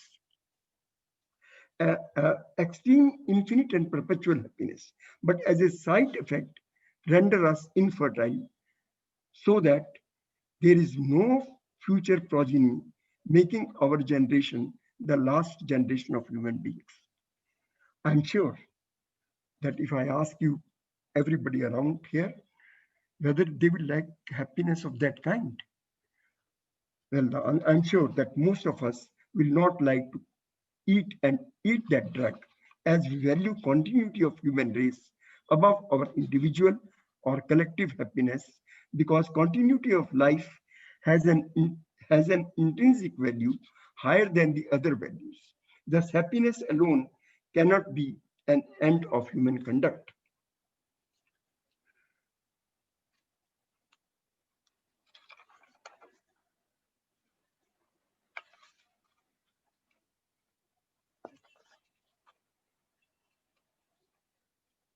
Happiness can also not be achieved by fulfilling our desires, because desires are endless. Our desires are not quieted by fulfilling them. Rather, they are inflamed by their fulfillment. Their fulfillment acts like the ghee does in inflaming the fire, inflaming the fire further. The desires can come to an end only when we are content with what we have. Being satisfied with what we have extinguishes all our desires. As the old adage goes, happiness is not having what you want, it is appreciating what you want. Aristotle argues that happiness does not consist in enjoying the material goods, either in extremes or in moderation or in their voluntary renunciation. Rather, it lies in contemplation. He thought that contemplation, dhyan, is the last thing. According to him, only those who engage in the activity of contemplation are happy. He argues that the more people contemplate, the happier they are, not incidentally, but in virtue of their contemplation, because it is in itself precious. Contemplation, dharana, dhyan, and samadhi are an end in themselves. They lead to more of it. Buddha says the same thing when he says the happiness of your life depends upon the quality of your thought. Whereas for all other practical, mental, or physical activities require the participation of other fellow beings. Mind you, this dharana, dhyan, and samadhi, if you look at it, they are very solitary things. You don't have to go out in the world. There is no other. You have to concentrate on yourself, on your own ideas. So, and other, as we know, is hell. It is the other who creates problems for us. In fact, there's a mental barrier between me and the other. Sartre had said, the other is hell, because he limits my freedom. The other, by occupying a particular space, limits my freedom, and that freedom is something which I value most. All other practical, mental, or physical activities require the participation of the other fellow beings. Contemplation is self-sufficient in the sense that we do not need the presence of an outsider or the other. Aristotle argues that contemplation is both the highest form of activity, since the intellect is the highest thing in us, and the object that it apprehends are the highest things that can be known. And also it is the most continuous, because we are more capable of continuous contemplation than we are of practical activity. Practical activities are neither complete nor perfect. Contemplation is a complete and perfect activity. Therefore, it leads to happiness, as nothing that pertains to happiness is incomplete or imperfect.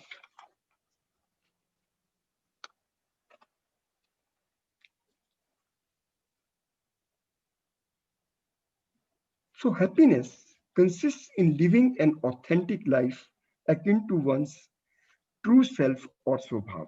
This is a very important point from Patanjali's viewpoint. If we live according to our swabhav, then we are happy. But we don't want to live according to our swabhav. We are constrained by the other. उसके कपड़े मेरे से सफेद कैसे हैं? ये issue है. मैं तो खुद खुश हूं, लेकिन दूसरे लोग मुझसे ज्यादा खुश क्यों हैं? The potential, the urge, the ability, and the limit that we naturally inherent in a person is called swabhav. And that is what is called swadharma. The intrinsic nature, or what basically constitutes the uniqueness of personality. I am different from you because I have a different swabhav, and therefore a different swadharma from you. My DNA is different from you. In the modern, if we talk in terms of the modern technology, imitating someone else's lifestyle or to follow his ideals or his mindset increases our happiness. We should not live a life inspired by an ideal exemplified in someone else's life. The ideals pursued by him may be appropriate to his life and circumstances. So each person is unique. We should realize that, and we should only try to live according to our swabhav and swadharma. That is innate qualities. They distinguish one person from the other. They distinguish between different virtues. He explains his views by taking the example of an apricot tree and an apple tree. The reason why apples grow on an apple tree and apricots grow on an apricot tree alone and not vice versa is their particular nature or swabhav and swadharma. Each of these trees is following its own innate nature They do not copy one another's nature. An apple tree does not copy the nature of a apricot tree and vice versa. For us to emulate someone else's lifestyle is what Sartre calls living in bad faith. The antonym of bad faith is sincerity. Facing up fully to one's predicament as a self-reflective human being, not tied by any essence, social role, or moral code. This, according to Sartre, is not sincerity to one's nature or essence, that is Subhav or Sudharma, but it is sincerity in the sense that one transcends one nature as a being of this or that type. We surpass this being, and that not toward another being, but toward emptiness, towards nothingness, towards what Buddha called shunyata. The moment I leave my Swabhav and I try to adopt your Swabhav, then I become a nothing less. Living a sincere life makes our life happy. The way to happiness is to do well whatever we are as per our Swabhav, especially qualified to do, and freely choose to do, because no limit to my freedom can be found except freedom itself, or if you prefer, we are not free to cease being free at all. Happiness lies in enjoying our freedom of choice, which is our essence. So, yoga, in trying to continuously remind us of our own nature and our subhav, if we do dharana, dhyan, and samadhi, then we are reminded time and again that we have to live according to our subhav and swadharma. We don't have to follow the subhav or swadharma of somebody else. If we do that, we will be living a life of misery and suffering. If I have time, I'll read something more, but otherwise it's,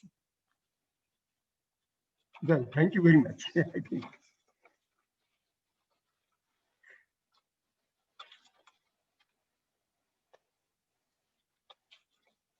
Your voice. Thank you, sir. I'm saying you are absolutely true. Then Swabhav and Swadharma is very important, because if Swabhav and Swadharma will be changed, then everything is changed and you never be happy, never content. That's why Yama Niyama of the Ashtanga Yoga begins from here. So thank you very much. And thank you for your blessings. Now we have Dr. Jivasu. Dr. Jivasu, when I contacted him, and within a half an hour, he replied, yes, I will join. So I welcome Dr. Jivasu. Dr. Jivasu is the physician. Along with his wife, Karen served marginalized community in the Indian Himalayan foothills. Later, he studied integrative mind-body medicine at Harvard Medical School and acupuncture in Sri Lanka and Canada.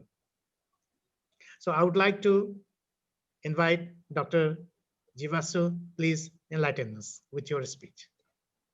Thank you very much, Rajesh Bhai, and all the learned and wise people and our dear listeners.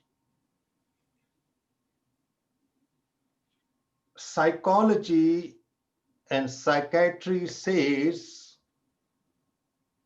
problem is in the mind. Yoga says mind is the problem. Psychology and psychiatry will keep on inventing, finding new mental problem, and they will go on forever, not knowing mind is vast. Seeds of illness are innumerable. So regarding mental health problem, yoga has a very different approach, that you cannot deal with individual problems forever. You deal with the whole mind. Number one. Number two, according to yoga, all of us are mentally unhealthy. We are not sick, because sickness means when I'm disabled, I'm crippled, I'm not able to function in the life. That is called sickness. Unhealthy means I'm able to cope with life, I'm able to earn my livelihood, I'm able to take care of my family, but underneath I am unhealthy. If we are not unhealthy, how we would have created the world we are living in? But we gradually adjust to it, because human brain, human mind has that capacity. We can adjust to any anomaly, abnormality, violence, manipulation, exploitation. But the fact is, all of us are unhealthy, but few of us are sick. So that is where yoga goes into unhealth, chitta vritti, which we call, kleshas, which we call. So we have to understand that fact. But the question comes, what is mental health? Mental health has 6 features. The first one is love or compassion. Second is sense of well-being, goodness about life. And the third is creativity. These are 3 positive features: creativity, well-being, is sense of love. And there are 3 absences: freedom from fear, freedom from guilt, and freedom from inner conflict. And those 6 features constitute complete mental health. That is what we want to achieve ultimately. And how many people have that state? But simultaneously, yoga doesn't neglect mental illness either.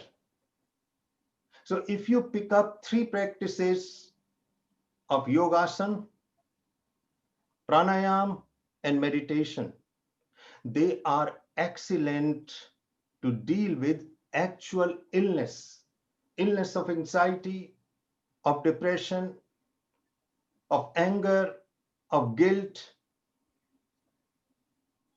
of emotional volatility, problem of bipolar disorders, eating disorder. So there is a very definitely psychotherapeutic aspect of yoga. And our modern ashrams in India are not actually spiritual ashram. They became the center for mass psychotherapy. Thousands of people come, stay for a week, do all kinds of practices. Nobody can develop spiritually in 1 week. But what they get is massive psychotherapy, mass psychotherapy. And that is the best model of group psychotherapy in yoga way. That is one aspect.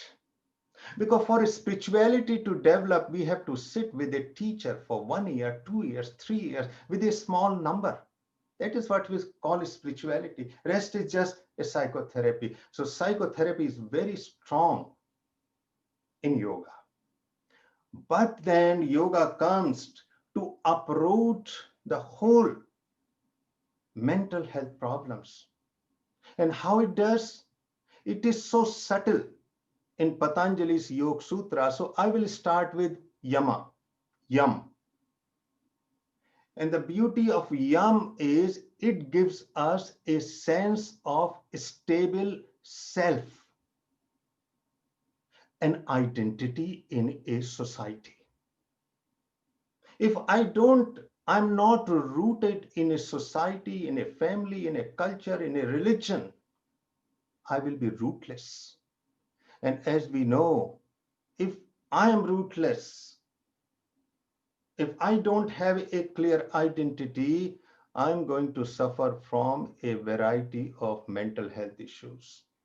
That happens to displaced people, refugees, children who migrate to different countries because parents have to settle in other countries. They have a problem of identity crises, and with identity crises comes a variety, a plethora of mental health issues. In Yama, Patanjali wants us to identify with something, to be rooted. Rooting in children is absolutely vital. But then Patanjali doesn't stop there. He says once you are rooted, you have a stable sense of self, then you are able to keep these mental illnesses under the surface. You are able to cope with the life. You are able to move in the life. You get education, you get a job, you get married, you have children, and ordinary life is achieved. But that is not enough because we are keeping everything under the surface. So in Niyama, Patanjali says a very beautiful word, Swadhyay. Swadhyay means not studying the books or scriptures or documents. Patanjali will never do. Swadhyay means studying my own self, my own mind and body. Because if I don't know this mind and body, no matter what I do in the world will be fake. It will not be authentic. It won't be natural. So once I study my own mind and body, I become aware of the problem. In Yama, I'm not aware about the problem because I want to settle in the world, but in Niyama, I'm becoming aware of the problem. What problem I have in my body, what problem I have in emotions and feelings and my thinking. That is called Swadhyay. And the beauty is, once I started knowing my mind and body, what will happen next? Tremendous energy will be released. Because once I know myself, I'm not fighting against myself. I'm not in conflict myself. I'm not going against my nature. Once I'm flowing with my nature, which is so amply described in flow psychology, tremendous energy will be released. And Patanjali call it tapas, heat, passion. Because without passion, yoga, nobody can do yoga. Yoga is not mechanical. Yoga is celebration. Yoga is dance. Yoga is the explosion of that prana, that energy, that life force, which sometimes people call Kundalini also. So once that passion is released, what will happen? This energy will be like a river in flood, in a spate. It will wash everything in my body and mind, clearing all obstacles. That is why in Niyama, Swadhyay, Tapas, and Ishwar Pranidhan are called also Kriya Yoga. Why Patanjali called it Kriya Yoga? Kriya means action. Now the action is coming. Without passion, without that energy, without that exuberance, we can never achieve anything in yoga. That is why in the Niyama, tapas, the heat which is generated from inside, comes to the forefront. And now we are getting ready to deal with all mental health issues. So we go to asana and pranayam, because now we want to stabilize ourselves because energy is released. If I'm not stable with this energy, I'm not going to use it. And then comes the pratyahar. In pratyahar, Patanjali says, your self is stable. You generated this energy. You have the basic idea of your mind and body. Now go inside. Because a brain which is brimming with energy, a body which is suffused with energy will be ready to focus. Why I can't focus on things? Why I'm distracted? Because I don't have enough energy. Energy is weak, so my mind will go into 10 million different directions. Once I have that energy in my brain, it's a delightful brain. It is full of light. And that brain is very quiet. Why it is quiet? Because all my thought structure, all my emotions which are distracting to me are now converted into this energy. So only the energetic brain can focus. And once this focus starts, in pratyahar, which is a bridge between external and internal, now I am ready for dharana, contemplation. I will pick up any thought. Einstein did dharana. He was focusing. He called it thought experiment. He was focused on physics, and it was revealing, because that is the beauty of dharana. You focus on a flower, you focus on atom, you focus on mathematics.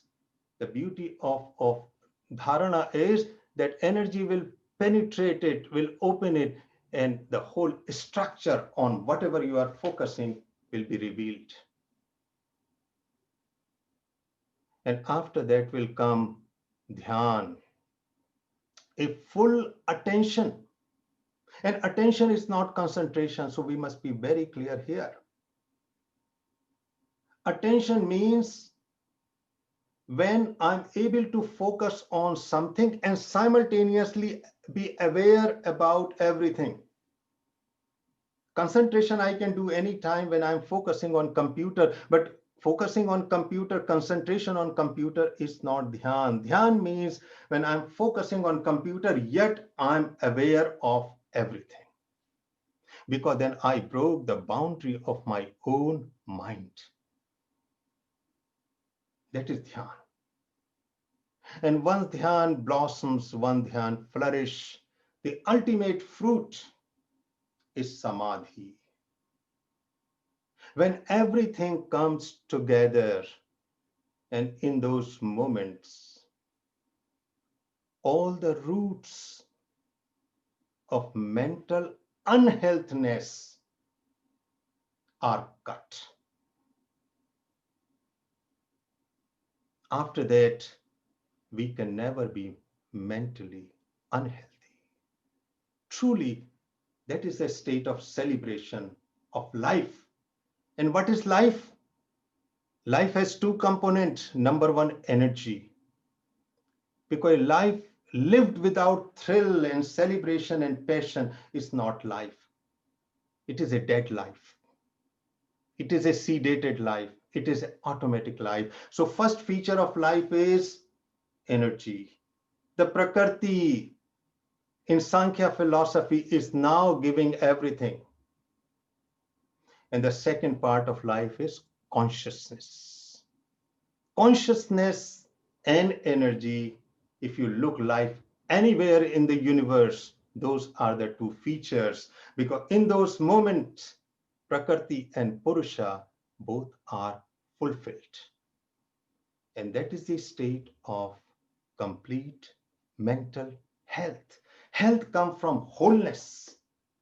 And again, I will repeat those 6 features: love and compassion. A yogi is a lover, supreme lover, lover of the whole universe. And also a yogi dances in well-being, in goodness, in happiness, in bliss. And yogi is also a creative person, because that is the very nature of single cell creativity. And also this yogi, this complete mental health is the absence of fear, guilt, two twin problems of humanity we suffer from: fear and guilt. And third, there is no more inner conflict. So in essence, Patanjali Yoga is not only therapeutic, it wants to uproot, because it says problem is not in the mind, mind is the problem. That is the whole insight of yoga. Thank you very much. Thank you, sir. बहुत बहुत शुक्रिया. Thank you, sir. It's really good explanation about psychiatrist and the yoga. It was nice.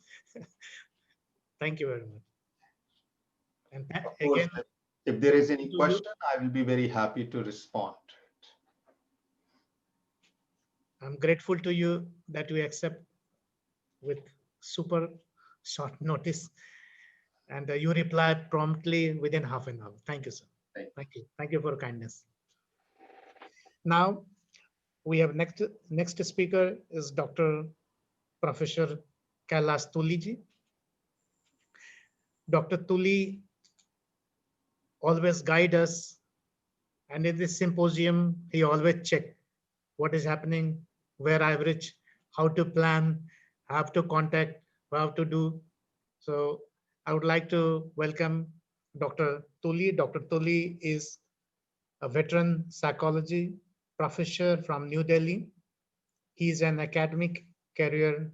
He has an academic career more than 5 decades involving teaching, research, counseling, and Gestalt psychology. So I would like to welcome Professor Dr. Tuli. Please.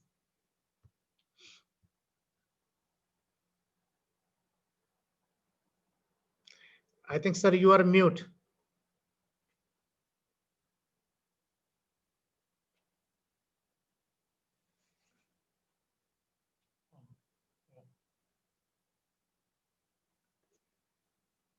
No, you have to come closer a little. No. He has mute, Mishra. He has unmute. Please unmute. Yes, now it's okay. Yeah, I asked him to unmute. Ask to unmute. Yeah. Please. Yeah, I asked him unmute.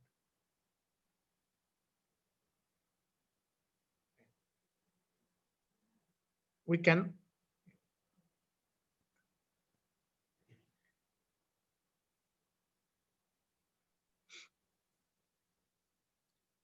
We cannot hear you, sir.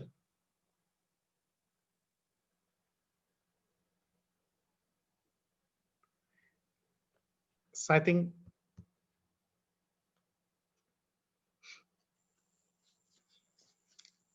we cannot hear you, sir. So that's no problem. We'll come back later, sir. Till then, we have Dr. Zini Malika Chen. Until then, sir, please check whether the mute is things. Dr. Zini Malika Chen is the president of International Integral Yoga Association, Taiwan. She is spreading the light of yoga more than 3 decades. Mrs. Chen is author and has translated Patanjali Yoga Sutra and Living Gita, the complete Bhagavad Gita, from English into Chinese. She has participated and organized many national, international seminars, retreats, and many more yoga trainings. And when I was in Taiwan, Malika ji organized many events. So I would like to welcome Mrs. Jeannie Chen Malika ji. Please. Malika ji? Yes. Yes. Hari Om. Hey, Hari Om. Dear Rajeshji and Swamiji and all the distinguished speakers and the guests. Hari Om. Can you hear me? Yes? Okay, Yes, we great. can hear you. Yes, okay. This is Jeannie Malika Chen from Taiwan, Formosa. It's a beautiful island. And we practice a lot of yoga here. So today I will talk a little about yoga. What is yoga? When the word yoga mentioned, most of the people immediately think of the physical practice for stretching and also the stress reduction. Well, this is one aspect of the yogic science.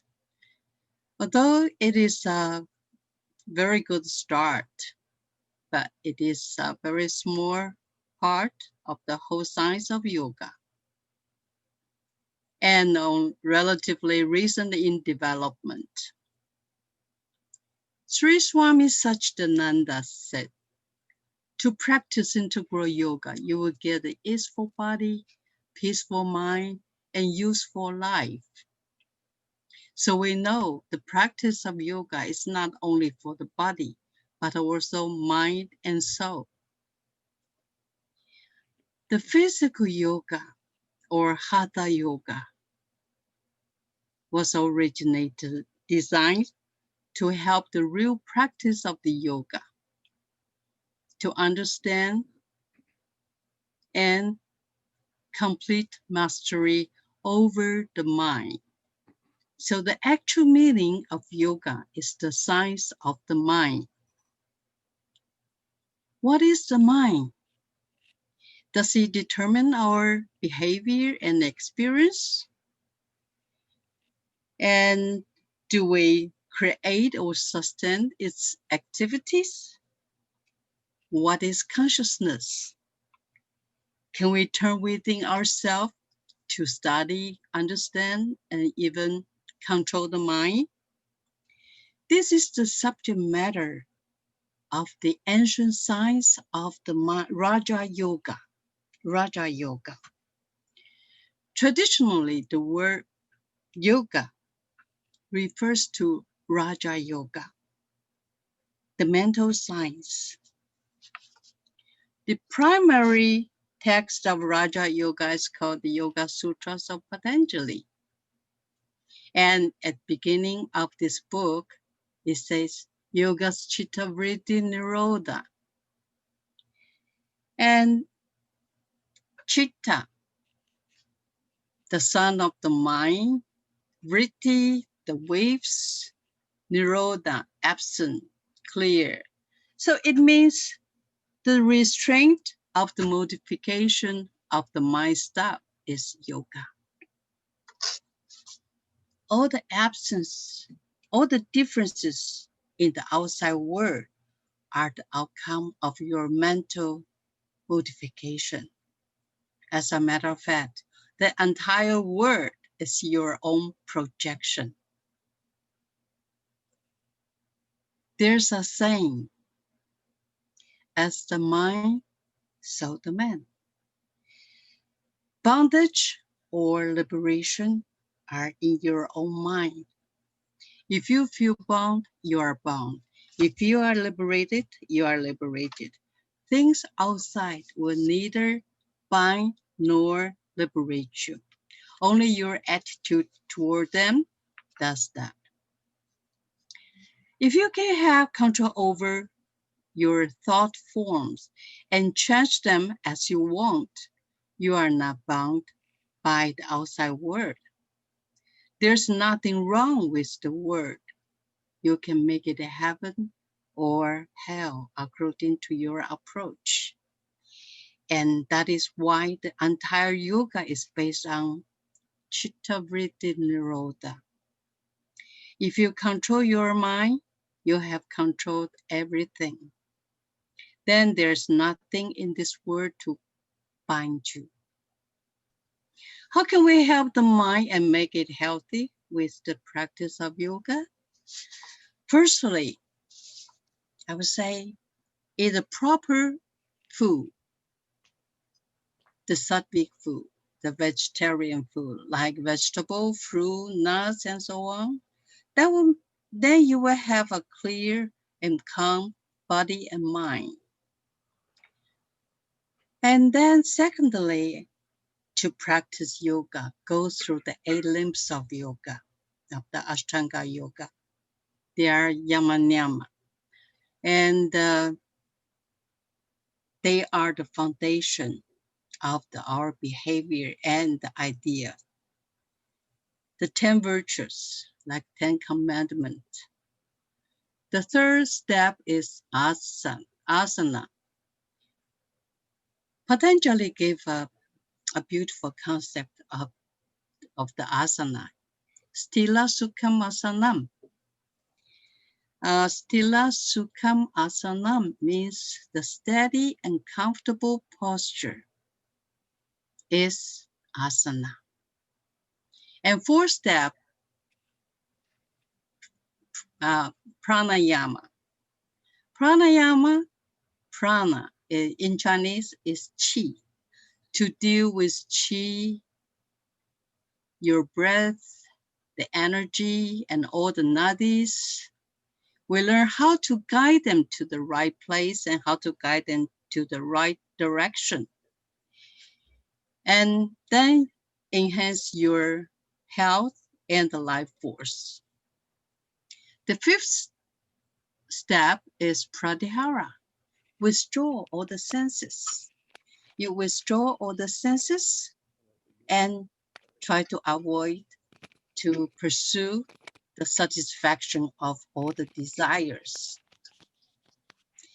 And then dharana, that is concentration, and dhyana, that is meditation, the most important practice of yoga, meditation, dhyana, and samadhi, the last stage of the 8 steps that will bring you to the state of Sat Chit Ananda, eternal wisdom and bliss. It is a state of Kaivaya. You are free from all the disturb of the mind.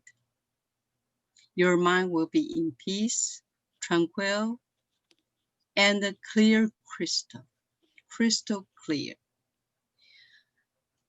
There's a saying of yoga, that yoga is to yoking the finite mental consciousness to infinity consciousness. This is the samadhi of the mind. And the third, I would like to talk about Bhagavad Gita. In Bhagavad Gita, chapter 6, there are some talks about the mind between Arjuna, the Greek warrior, and Krishna, the cosmic Lord.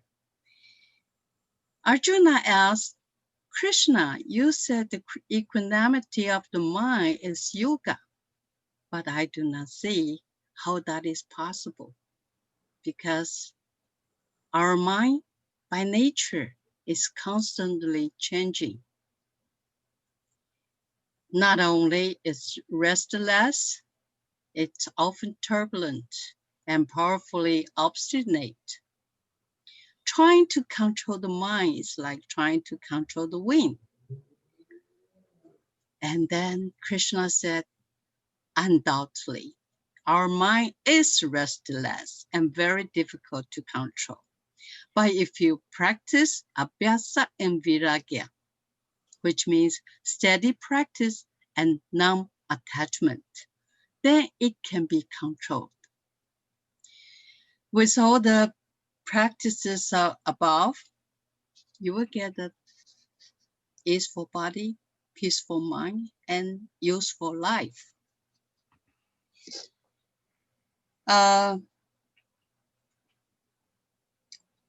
With what we have learned up until now, Raja Yoga, the mental science, is a big subject.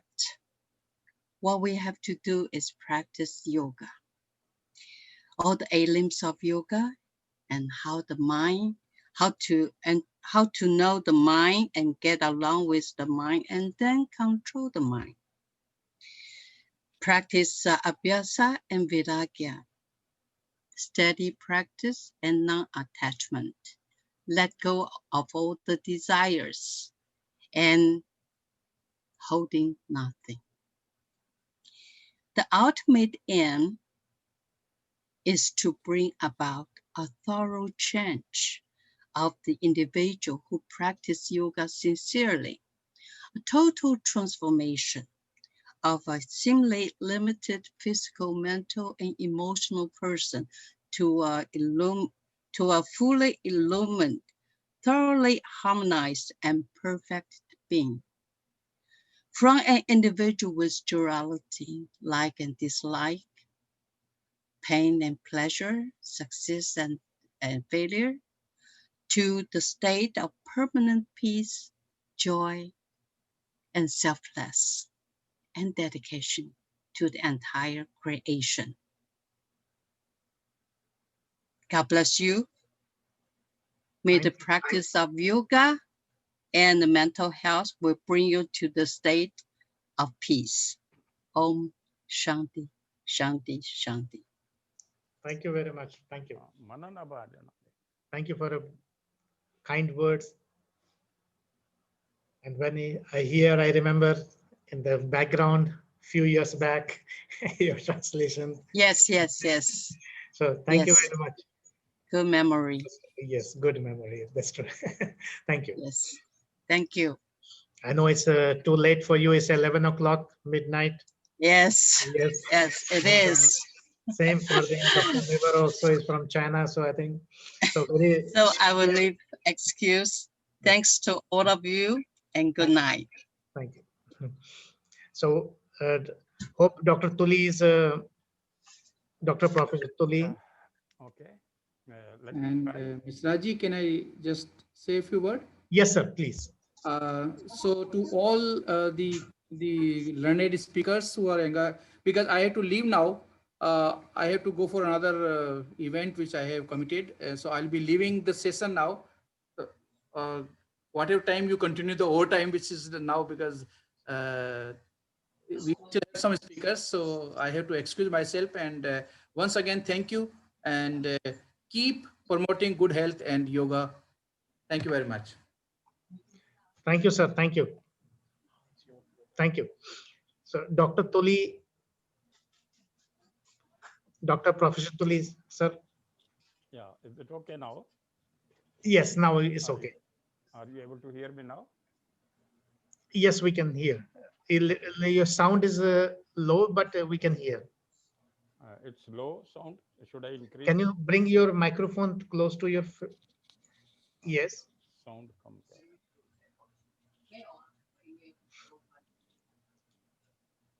जी थोड़ा सा पास में लाएंगे जरा microphone को इसको ऊपर कर जी बताइए जी जी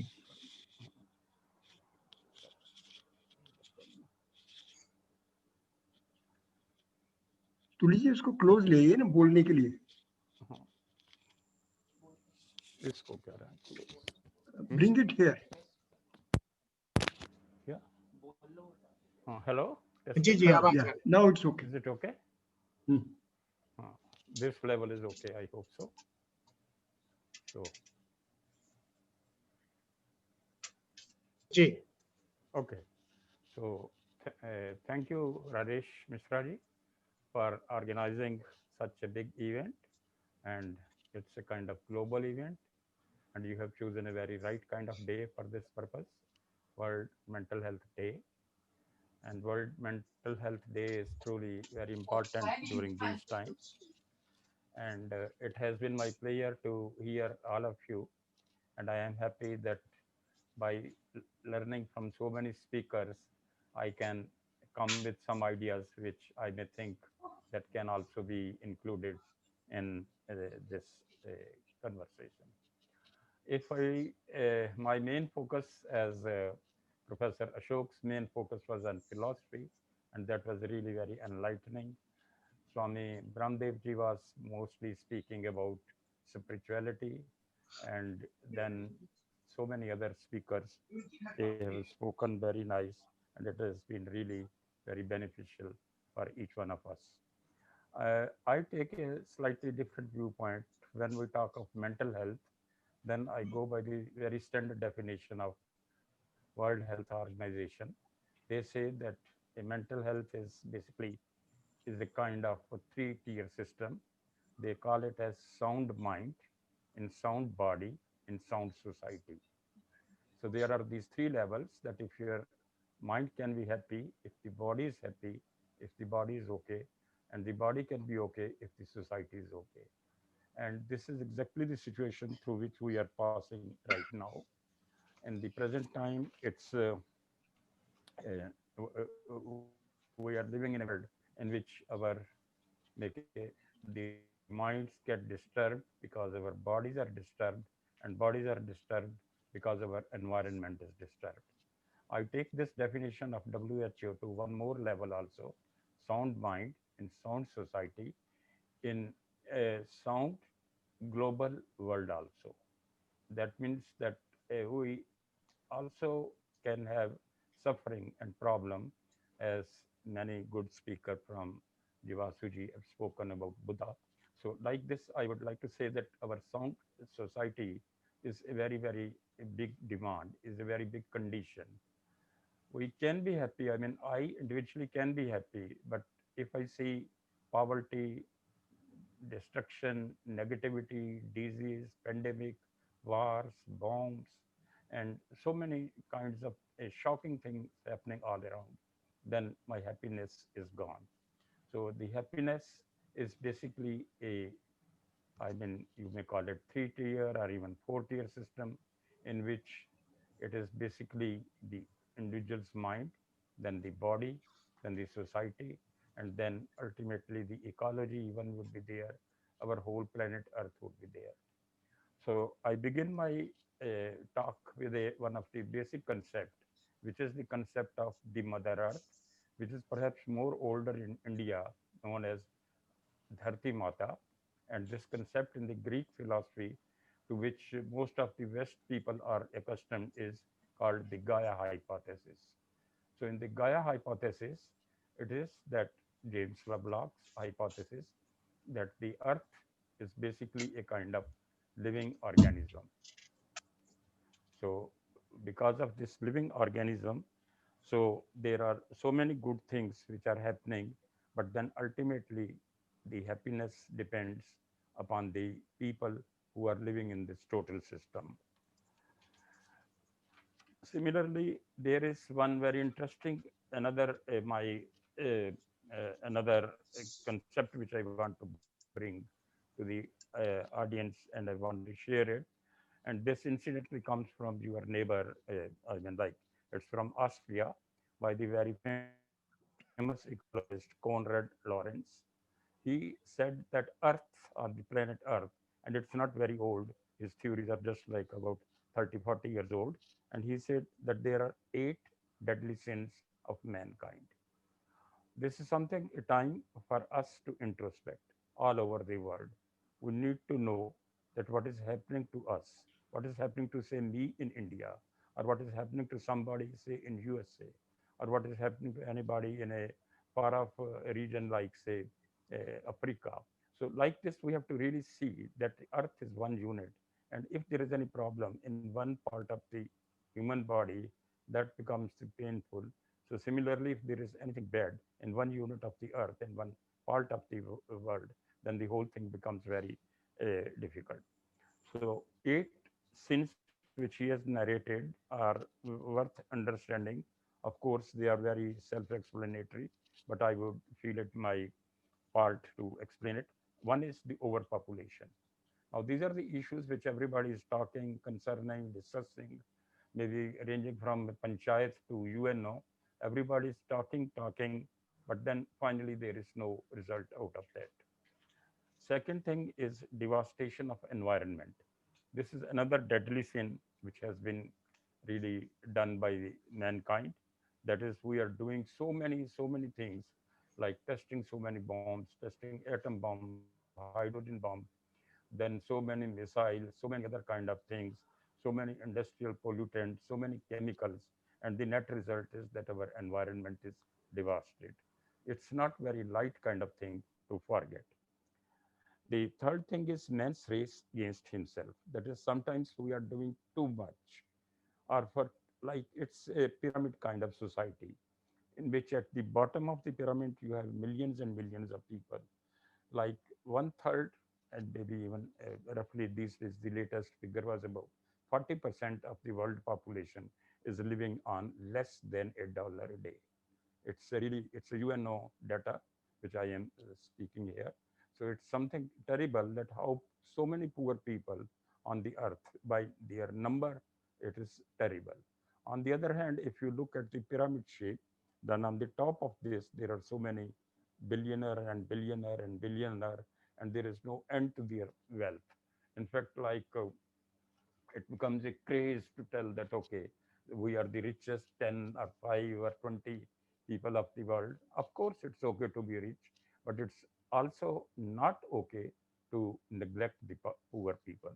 So this kind of unequilibrium is like it's creating, I mean, I use my own term, that's creating a hole beneath the bottom of pyramid. So the pyramid, which we believe to be very strong structure, right from Egyptian time, in this kind of, socio-economical structure, it can fall very badly. Then fourth thing, which is the part of 8 deadly sins, is the entropy feeling. We feel some kinds of enjoyment just in some kind of maybe nightclubs, or just in some kind of drink parties, or must maybe even other drug parties. So many kind of things in which we feel happy, but in reality we are not happy. So it's a term from physics that is a entropical experience, but then we fall down. Then number 5 is the genetic decay. This is another thing which is happening very commonly all over the world, and especially the poor countries are the victim of this. Then, especially in a country like India, I would say that like breakdown with the tradition is causing another problem. Breakdown with tradition is something that we are losing our old values, our sanskars, our culture, our heritage, history. So all these things which we have been talking, like yoga, Buddha, Rishi, Muni, and those kind of values. So we are all losing to those things. Then number 7 is indoctrinability. This is something, again, especially the negative part. Indoctrinability can be positive also in some cases. Like if somebody becomes, say, on a spiritual path, it could be a good thing. But on the negative path, this is the area which leads to terrorism and other kind of, acute, extreme feelings toward other people. And then last and finally, which already human being have seen on the earth, it happened in Japan in August 1945, that is nuclear weapon proliferation. These nuclear weapons, and nowadays again, there is a kind of race. In fact, they say that the number of nuclear weapons are so large on the earth that it's not one, but maybe even 4 times, 5 times you can destroy the earth. So these are something very serious questions, but I don't know where really they would be tackled. So I always say that it is anything which any panchayat may do, or which may go up to UNO. But still there may or may not be any solution, but something we cannot forget. And here I would like to say that the think tanks, they need to be really ideological in many cases. It's not that just making it kind of proposal and then just implementing it. So we need a very, very strong uh, this think tanks. In fact, there is one term which I am using, and Professor Vora is with me right now, so I can understand that how much valuable it can be. There are so many intellectual theories, Sartre, and so many, then Buddha, Krishna, but where does this intellectualization go? Why this intellectualization doesn't filter down to the reality? I mean, on one hand, we say these kind of very top flowing things and things like as if it is the sermons from the God or like that. But in reality, what the people do on the earth, what the people say next door to you, they do it. When you read that there are so many murders or killings or rapes in a day, then where all our ideologies, theories, and things like that go? So this is my very important aspect, which I wish that it should be considered, and especially the good think tanks should not ignore these things. These have been already acknowledged by many of them. Another is this Gaia hypothesis that is again coming to my thought, because this is some theory which in Indian context was also there. We talk not only Earth, but we talk of Brahmand. And the theories of Brahmand were much more older than being at that time. So in the Brahmand, we have to talk each and everything of very big at a mega level. And this Gaia theory is about the Earth. So we have to think Earth like with the five elements. We have Earth, water, we have air, fire, and space. So is that really what we are honoring, or we are destroying it? So this five senses of the Earth, I mean the five states of the Earth, are very cautious point in which is really ailing us. Another vein from psychological viewpoint, I have another one. I hope I have some time more to speak. Is this about the stresses which are caused these days? We are very much exposed to media so many times, like at least an average man has newspaper, radio, mobile, and all this kind of information technology. Again, I would say there is nothing bad, but what does it do to the people? I mean, sure, it does many good things also. Technology has really brought the world very close to each other, but at the same time, it has done various kind of harms also. So because of this technology, there are certain things in which the people are really suffering, and that is typically that people, they get trapped in some kind of stresses.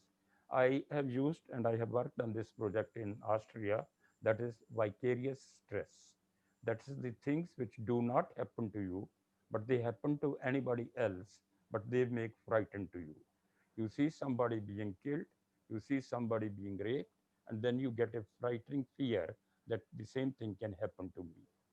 So this kind of problem, they are our very serious problems. Vicarious stress. As a psychologist, and I had a very distinguished psychiatrist and other medical friends, and I mean, we have to really look into these kind of things. That are we making a world as a terrific place, as a terrible place, as a place which is always to be, say, bombed by bombs or terrorists, or uh, there are rapists as if they are all around. So these kind of things, they make us very much vicariously stressed. So this vicarious stress is also something which any psychologist would like to tackle, which any psychiatrist would like to tackle, or it depends upon our law and order social situation, so that it becomes a harmonious world. Then most of the things, points which I had to speak, I have spoken. But there I came across something another interesting, which is by James George. He is a Canadian ecologist. It is something similar to Eight Sins, but slightly different. It is about seven wounds on the earth. That is industrial and nuclear pollution. These are, I would just read it and you can understand, they are very simple in terminology. Erosion and deforestation, rainforest destruction, loss of biodiversity. You know, all these fires in America and many other parts of the world just spreading into hundreds of kilometers and damaging. Then global warming, ozone depletion, global warming, and population explosion. So these are some of the very terrible other things. So the name is here the seven wounds. So what I believe is that to the earth we have harmed, we have damaged in various ways. And this process can be reversed provided a global consensus is generated. But you know, if some histories in history, if we do some mistake, we don't get upset at that time. We think that okay, it's nothing. But I have to say simply one thing, that it's my own quotation in a way, I would say that howsoever knowledgeable we may be, there is always an X factor in our knowledge. So please do never think that whatever we are doing could be ultimately absolutely correct. So at a very high level, one must know that history can also repeat negatively. The kind of bad things which are happening in the global context, they can be terrible. They can again There has been, in fact, I came across a very interesting article, The Future That Never Came. It's an article which was written somewhere around 1970s, 80s, when there was a little bit of this nuclearization things and all that. And that was about this Hiroshima and Nagasaki, that after 1945, that future never came. But now, as you can see, it's almost 80 years and the things are not very comfortable. And when you look at the quantum of their economics and their manpower and their technology, that there is too much which is given to, too much emphasis is being given on the war, developing technology, making one after another huge. We have to really intellectualize the global psyche. If that is not done, we, of course, lessons would be learned. Not that it's the I say and it would be done, because these are all solutions which over a period of time would take a lot of things. But in the big think tanks, we often think that these are all layman's conversation. These are conversations in the coffee house, conversation with the friends, conversation in the colleges, debates, seminars. But then ultimately the think tanks who do those things, they need to be quite cautious in these things. So I don't prolong it much. I Thank wish you, I sir. could have more discussion and question. So thank Thank you you, sir. very much. Thank you. Thank you very much. Thank you. Namaskar. So now I have second last speaker, and I'm sorry that we are going late, approximately 28 minutes late. We have the second last speaker. One is first is Dr. Jörg Hans Weber. Jörg Hans Weber is from China now, from Shanghai, and I know this is a middle night for him, 11:30 approximately for him. So Dr. Hans-Jörg Weber is an educational expert and located in Shanghai, China. He is developing educational programming and the business module for education industry in China. His background is yoga comes from his time he spent in India and Italy as well, from his experience as a vice president of the Yoga Association. He is a he did research about yoga teachers in the field of social science. So Dr. Weber. Dr. Weber.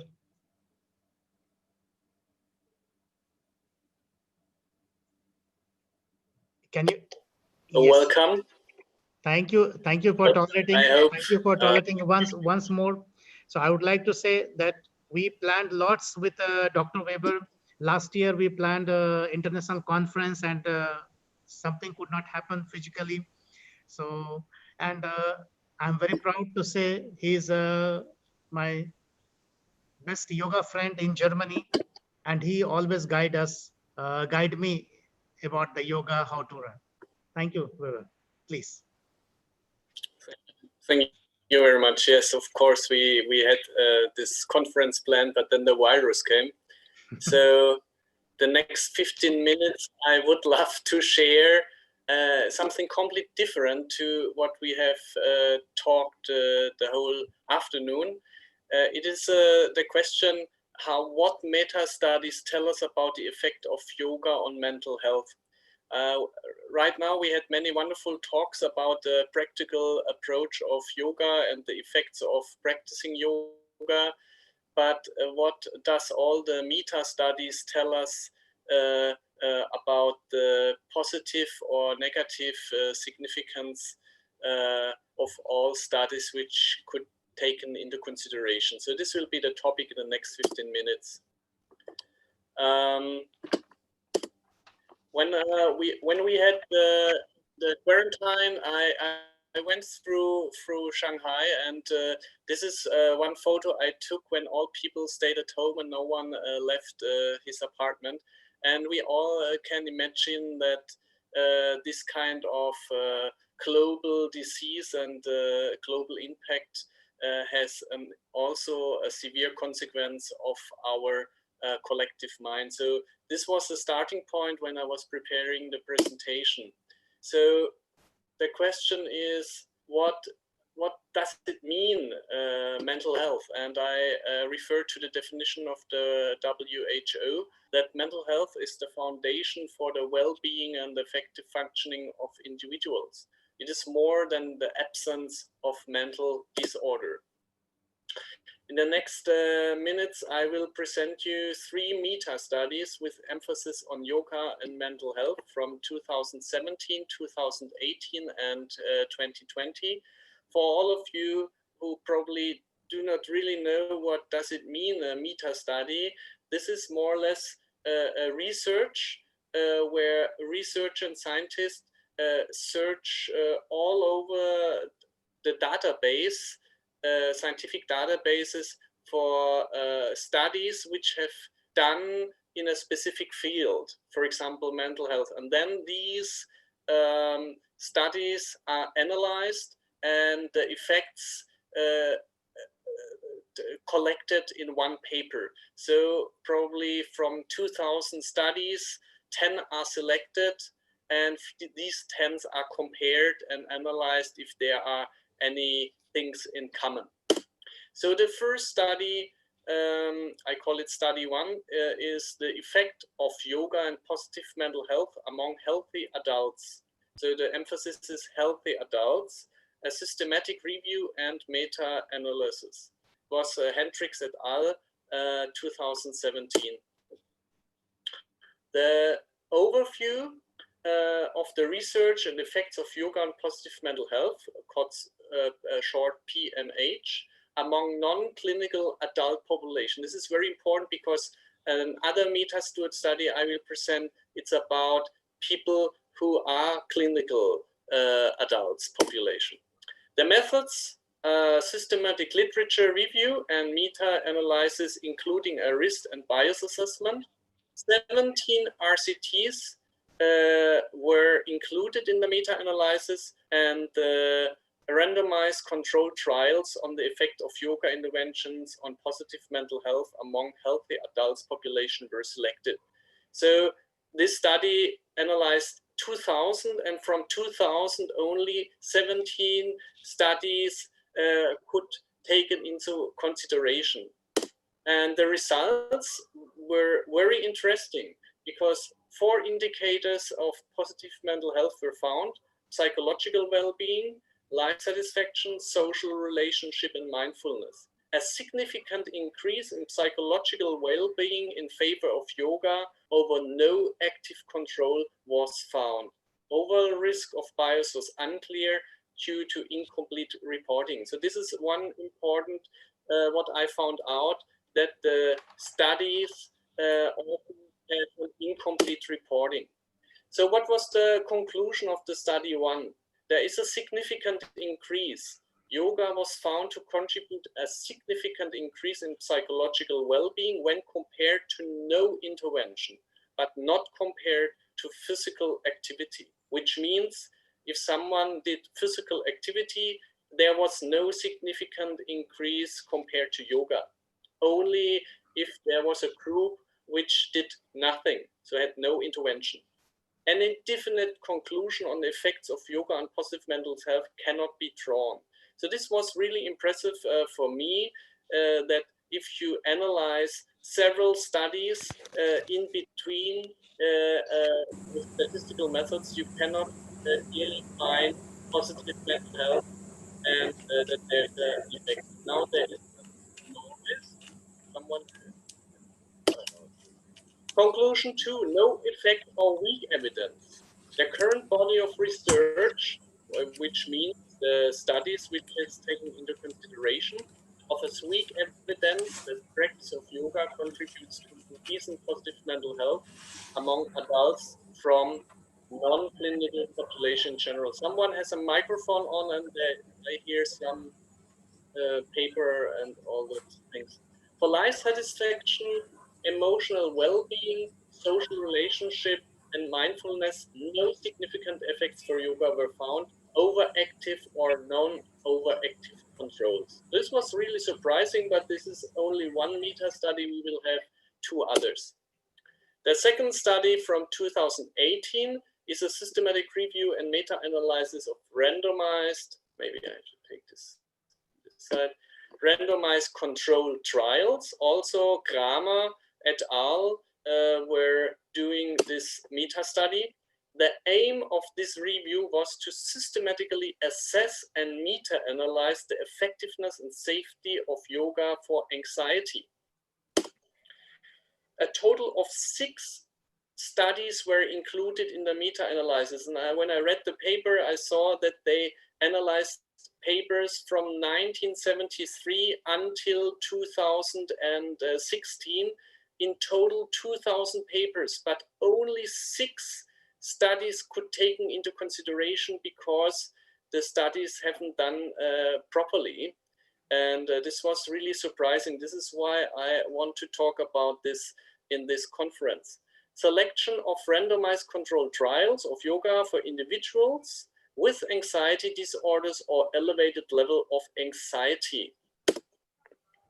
Also here, small effects, meta-analysis revealed evidence for small short-term effects of yoga on anxiety compared to no treatment. So it's the same like in study 1.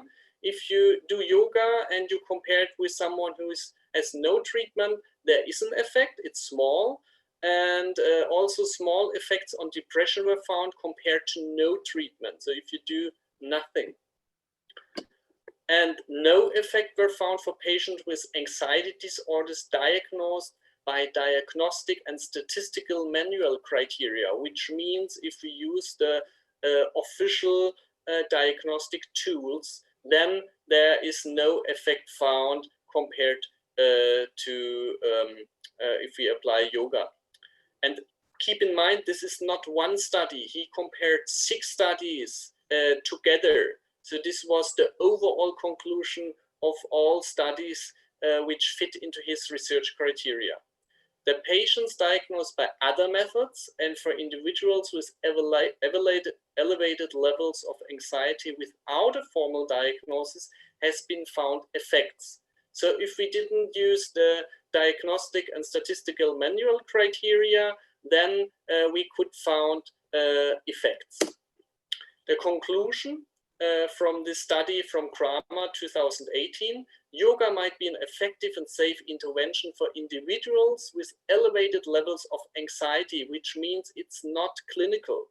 So there are some effects, but the moment it becomes clinical, there couldn't found any statistical evidences. There was an inconclusive evidence for effects of yoga and anxiety disorders.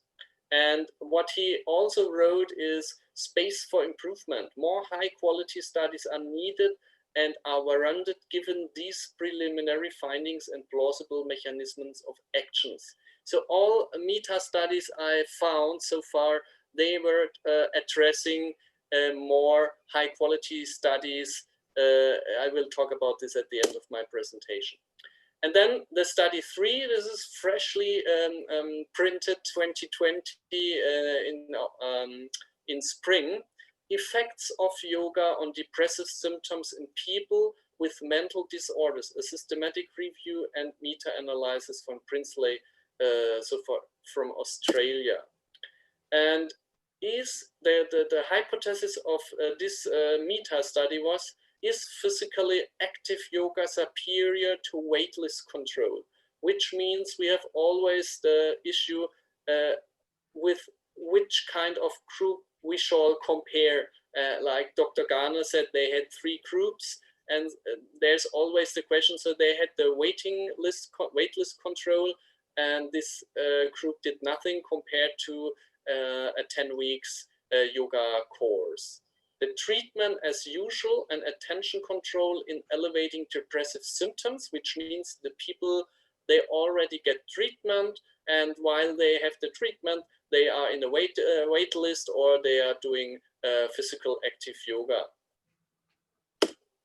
And the methods, systematic review and meta-analysis following the preferred reporting items for systematic review and meta-analysis guidelines. So this study clearly followed a standard, and they included all studies which have yoga with more than 50% physical activity and with participants which have diagnosed mental disorder according to DSM-3, 4, and 5.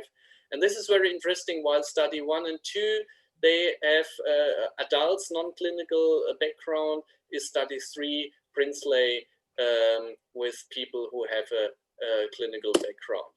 And the results, 13 studies were included in the meta-analysis. Disorders of depression, post-traumatic stress, schizophrenia, anxiety, alcohol dependence, and bipolar were included.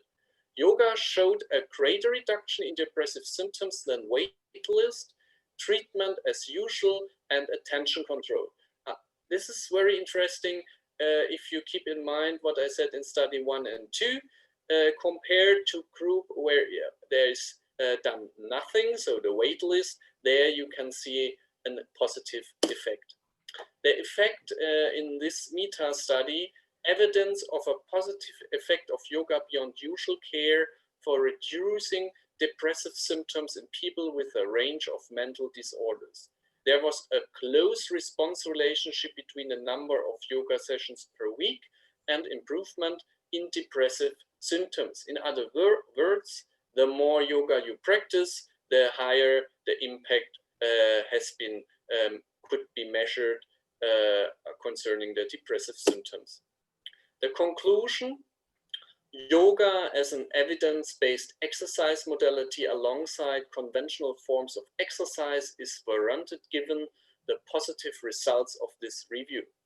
And yoga may provide an additional or alternative strategy to engage people experience depression in meaningful physical activity. So now I come to my personal outlook. I made this Excel, this small overview, and what you can see on the left side is study 1, and in the center is study 2, and right hand is study 3, the latest one.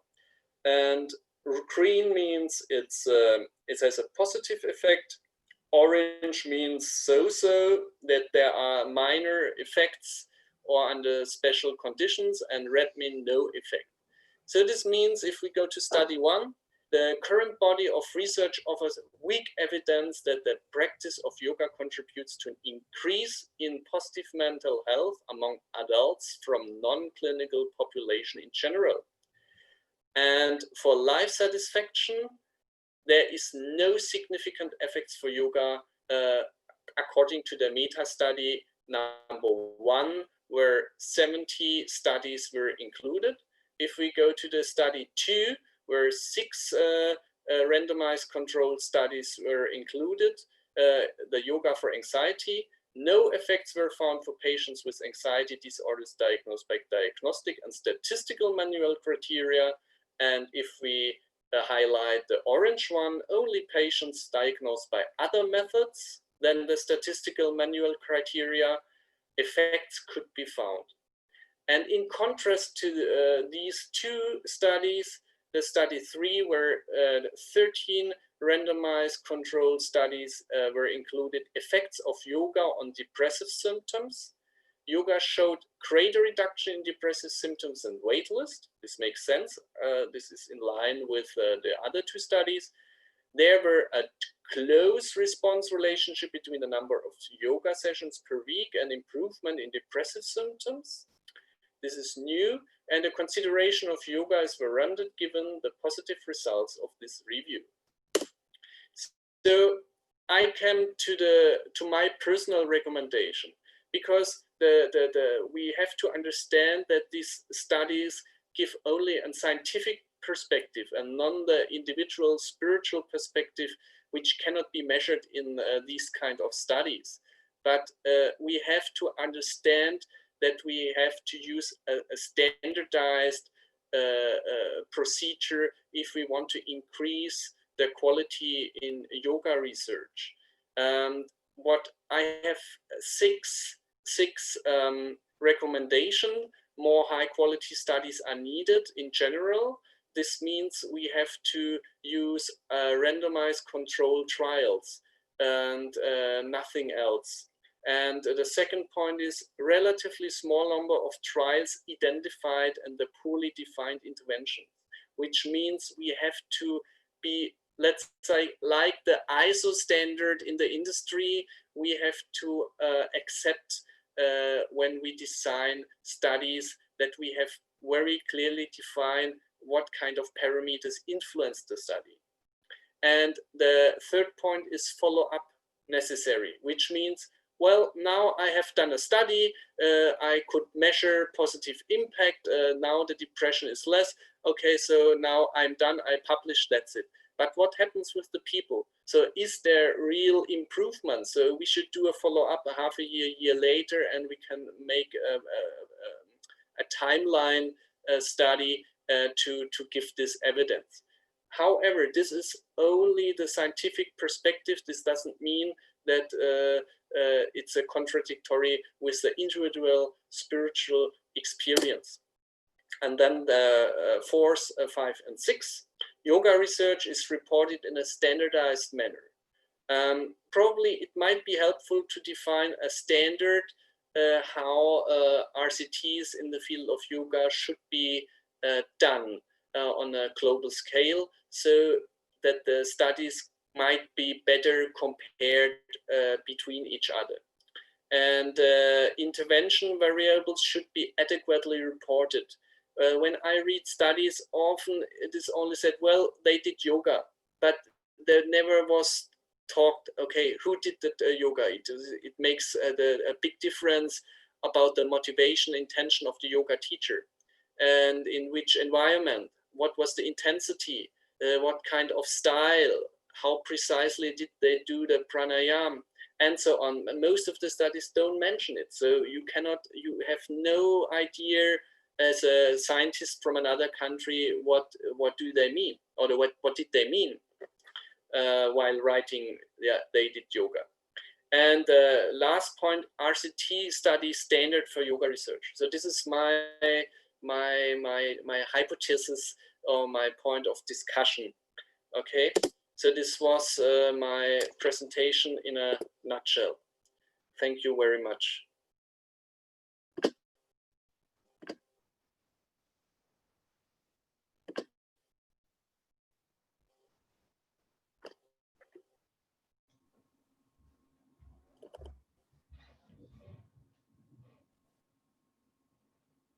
So, do you hear me? I cannot hear you. Oh, sorry. Thank you very much. If someone has any questions, we can ask. There is 2 questions we can take. Anyone would like to have any questions? Most welcome. No one? Okay, perfect. Yeah, who?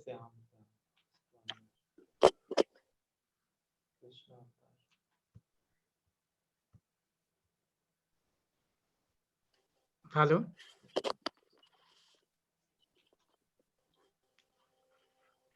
May I ask a question? Yes, please.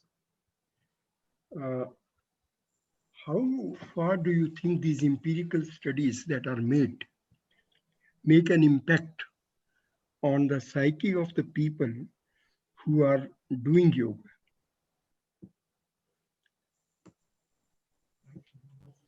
The transmission is very unstable. I didn't hear the question. Okay. Shall I repeat? Shall I repeat? Yes, Are please. you listening them? Yes.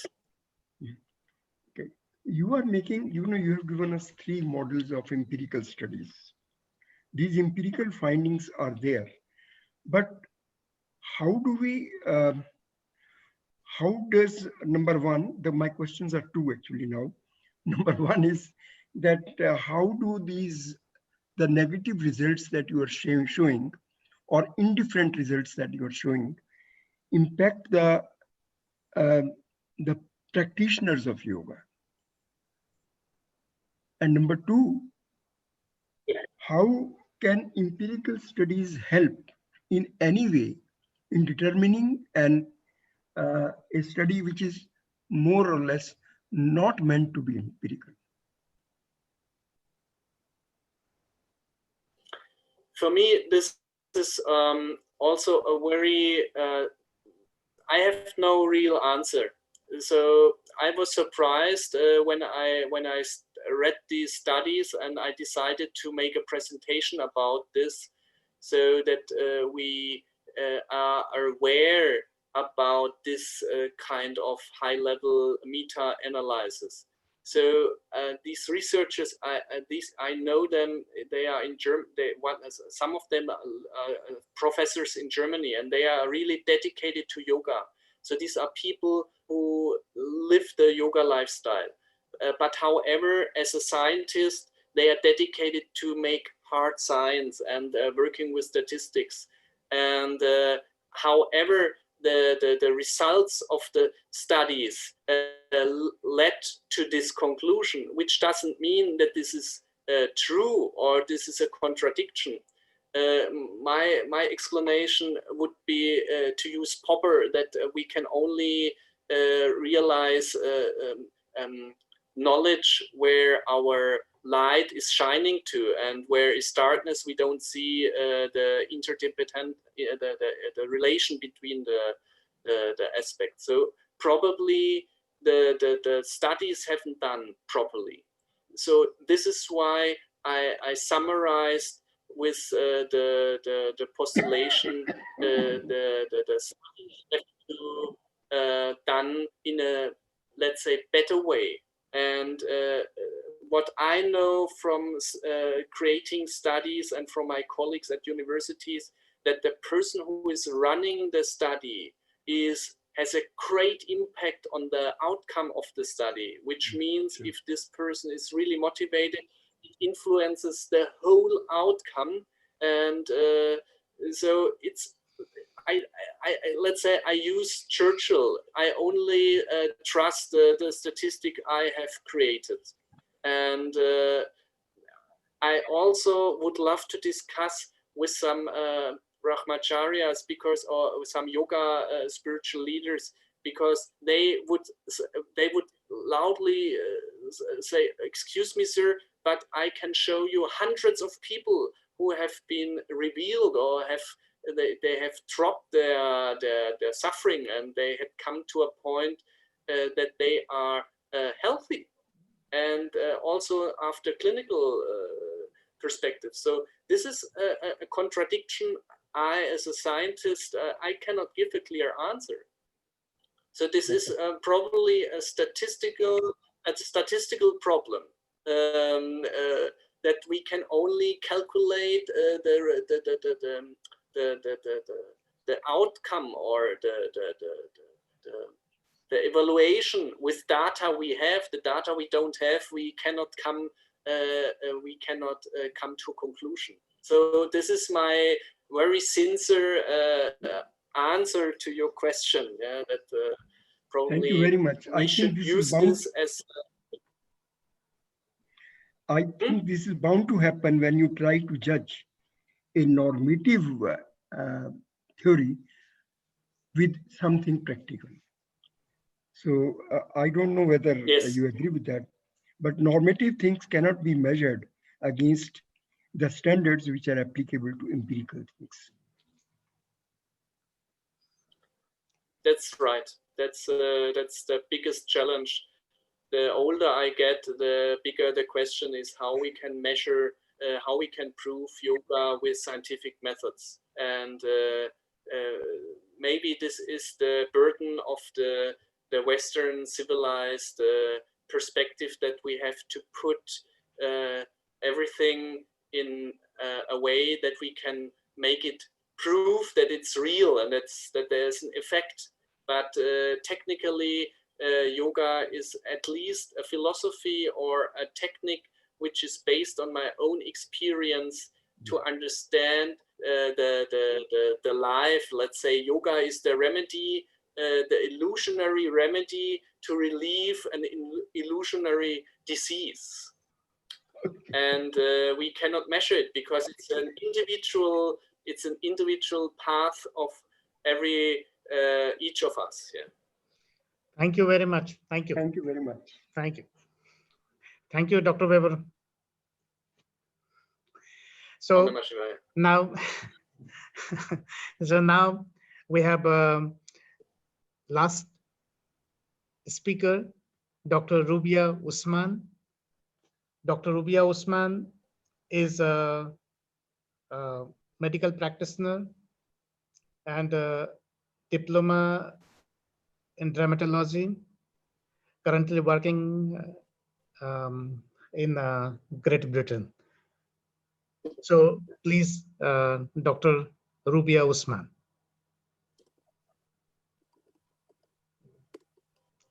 You are the mute, Rubia. Sorry, I'm sorry. No. I hope you can. Right. So I promise I will keep it brief. Mm-hmm. I apologize because I think we're running a little bit late. So I've shortened my my chat to a very bare minimum. I just wanted to very briefly touch on 2 points, which are because everything else has been discussed and very beautifully so.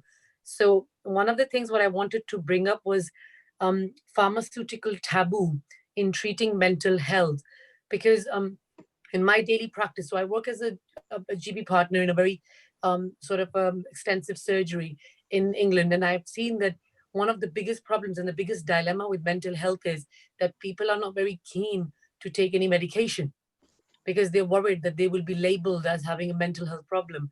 So there's a very big taboo around that. And I think this is where there's the biggest advantage with yoga, that I have personally felt that a lot of the younger generation, as well as the older one, is very open to discussion about alternative measures which can help control the symptoms of depression, as well as, the other thing I want to touch was the role of yoga in Alzheimer's dementia. As part of my training, I worked in Alzheimer and elderly people's wards, and we did extensive sort of work with them. And that, as everybody knows, is one branch of mental health which medicine has not really done much for. There is no way to control the onset of the illness of dementia. There's no way to control the progression. And there's no way to sort of predict who will get it and how far they'll go when they get it. So in cases like them, I've felt that, and I saw myself, and I echo the fact that you can't really assess these things based on studies that easily, because these are not things that can be measured that easily. So the going on in the health and in the brain and the heart is a bit difficult to measure in terms of digits and numbers and statistics. But what I have personally seen and what the patients have fed back to me is that they have benefited from all aspects, all of the 8 limbs of yoga, really. There isn't any part of it that's not helped them control their depression or their problems. And as well as we discussed in the very beginning about neuroregeneration, and I won't dwell on that, I promise. Like I said, I will keep it brief. But there is a significant impact on patients' well-being and cognition. And that is something to, yes, we should research it and find some evidence to support this. But equally, I think we will all agree that if there's something that's helping the patients, there's no reason we shouldn't continue it just because we don't have enough sort of studies giving us enough evidence of it. So those are the 2 things I just wanted to bring up briefly. The fact that we have a sort of a non-medical alternate to help people with their chronic mental health problems, with their chronic fatigue syndrome, with their depression, with their OCD traits. And in the younger population, it may be interesting to look at how it affects ADHD, because I've been doing a lot of research in that aspect as well. And I haven't gotten very much in depth with it just yet, but I wanted to explore that as an option, because ADHD, as we also know, is something that is there that there's no cure of, really. We just try to control the symptoms, but we don't really know what more to do. So I think that is another branch which can be explored with yoga. So I just wanted to keep it very brief. That's me done. Thank you very much. Thank you. Many thanks. Thank you. So last ritual, I would like to invite Thomas Jeromin for a vote of thanks. Thomas, now your turn. Hello, everyone. Can you hear me? Yes. Yes, okay. And good evening. Now it's my turn to say hello to all these honored and special guests, speakers, yoga lovers, and yoga researchers for development in yoga science from all over the world. I think this was not a symposium, this was a summit of yoga. My name is Thomas Jeromin, yoga teacher in the Dr. Mishra Academy, and I'm very interested in the research of mental health, and I'm representing all the yoga teachers all over the world. The initiator of this event is on the right side from here. You can't see him, but you've seen him a lot of time. This is Dr. Mishra, the president of Shakti e.V., and e.V. means in Germany, registered organization, and he's a famous teacher for understanding, experience, and exploring yoga. Now, special thanks from all attendees too. I will read a little bit from Mr. Laragan for his introduction. Mr. Swami Brahmdevji, all the life is yoga. And now Dr. Ghana, the effect of yoga on the brain. Dr. Basvaradi, the concept of mind in yoga. Dr. Rotzi, helps for society and for our techno-stress. Dr. Nagrenda, perfection in all things. Dr. Usman, survey of yoga. Professor Vora, happiness and yoga. Dr. Jivasu, problems in the mind. Yoga said mind is the problem. Dr. Malika Jain, science of the mind. And Dr. Thuli, earth is unique. And Dr. Jörg Hans Weber for his studies. This is all very kind and this is very good. And I make it short, I promise. This summit helped to raise awareness for mental health and yoga. So I think that's really good to keep in mind. And events like this help us to understand how yoga can help for mental disorders. In the name of all yoga students, teachers, and participants, thanks to Shakir to awake the spiritual devotion. Special thanks to Devi and Sunny for technical supports, for Minio for help us body healthy. Thank you for everyone for taking your time to be here with us today and for your knowledge. I am so grateful for this opportunity. I hope we'll see us soon. Have a great weekend. Bye. Thank you very much. Thank you. Thank you to everyone. Whoever the attendees, participants, your certificate will be sent via email within the 2 weeks. So please have a little patience. Thank you very much. And please give your feedback on email. This whole event has live on the YouTube, so you can watch also. And we are coming soon in next event. Thank you. Namaste. Thank you, sir. Thank you, Swamiji. Thank you to everyone.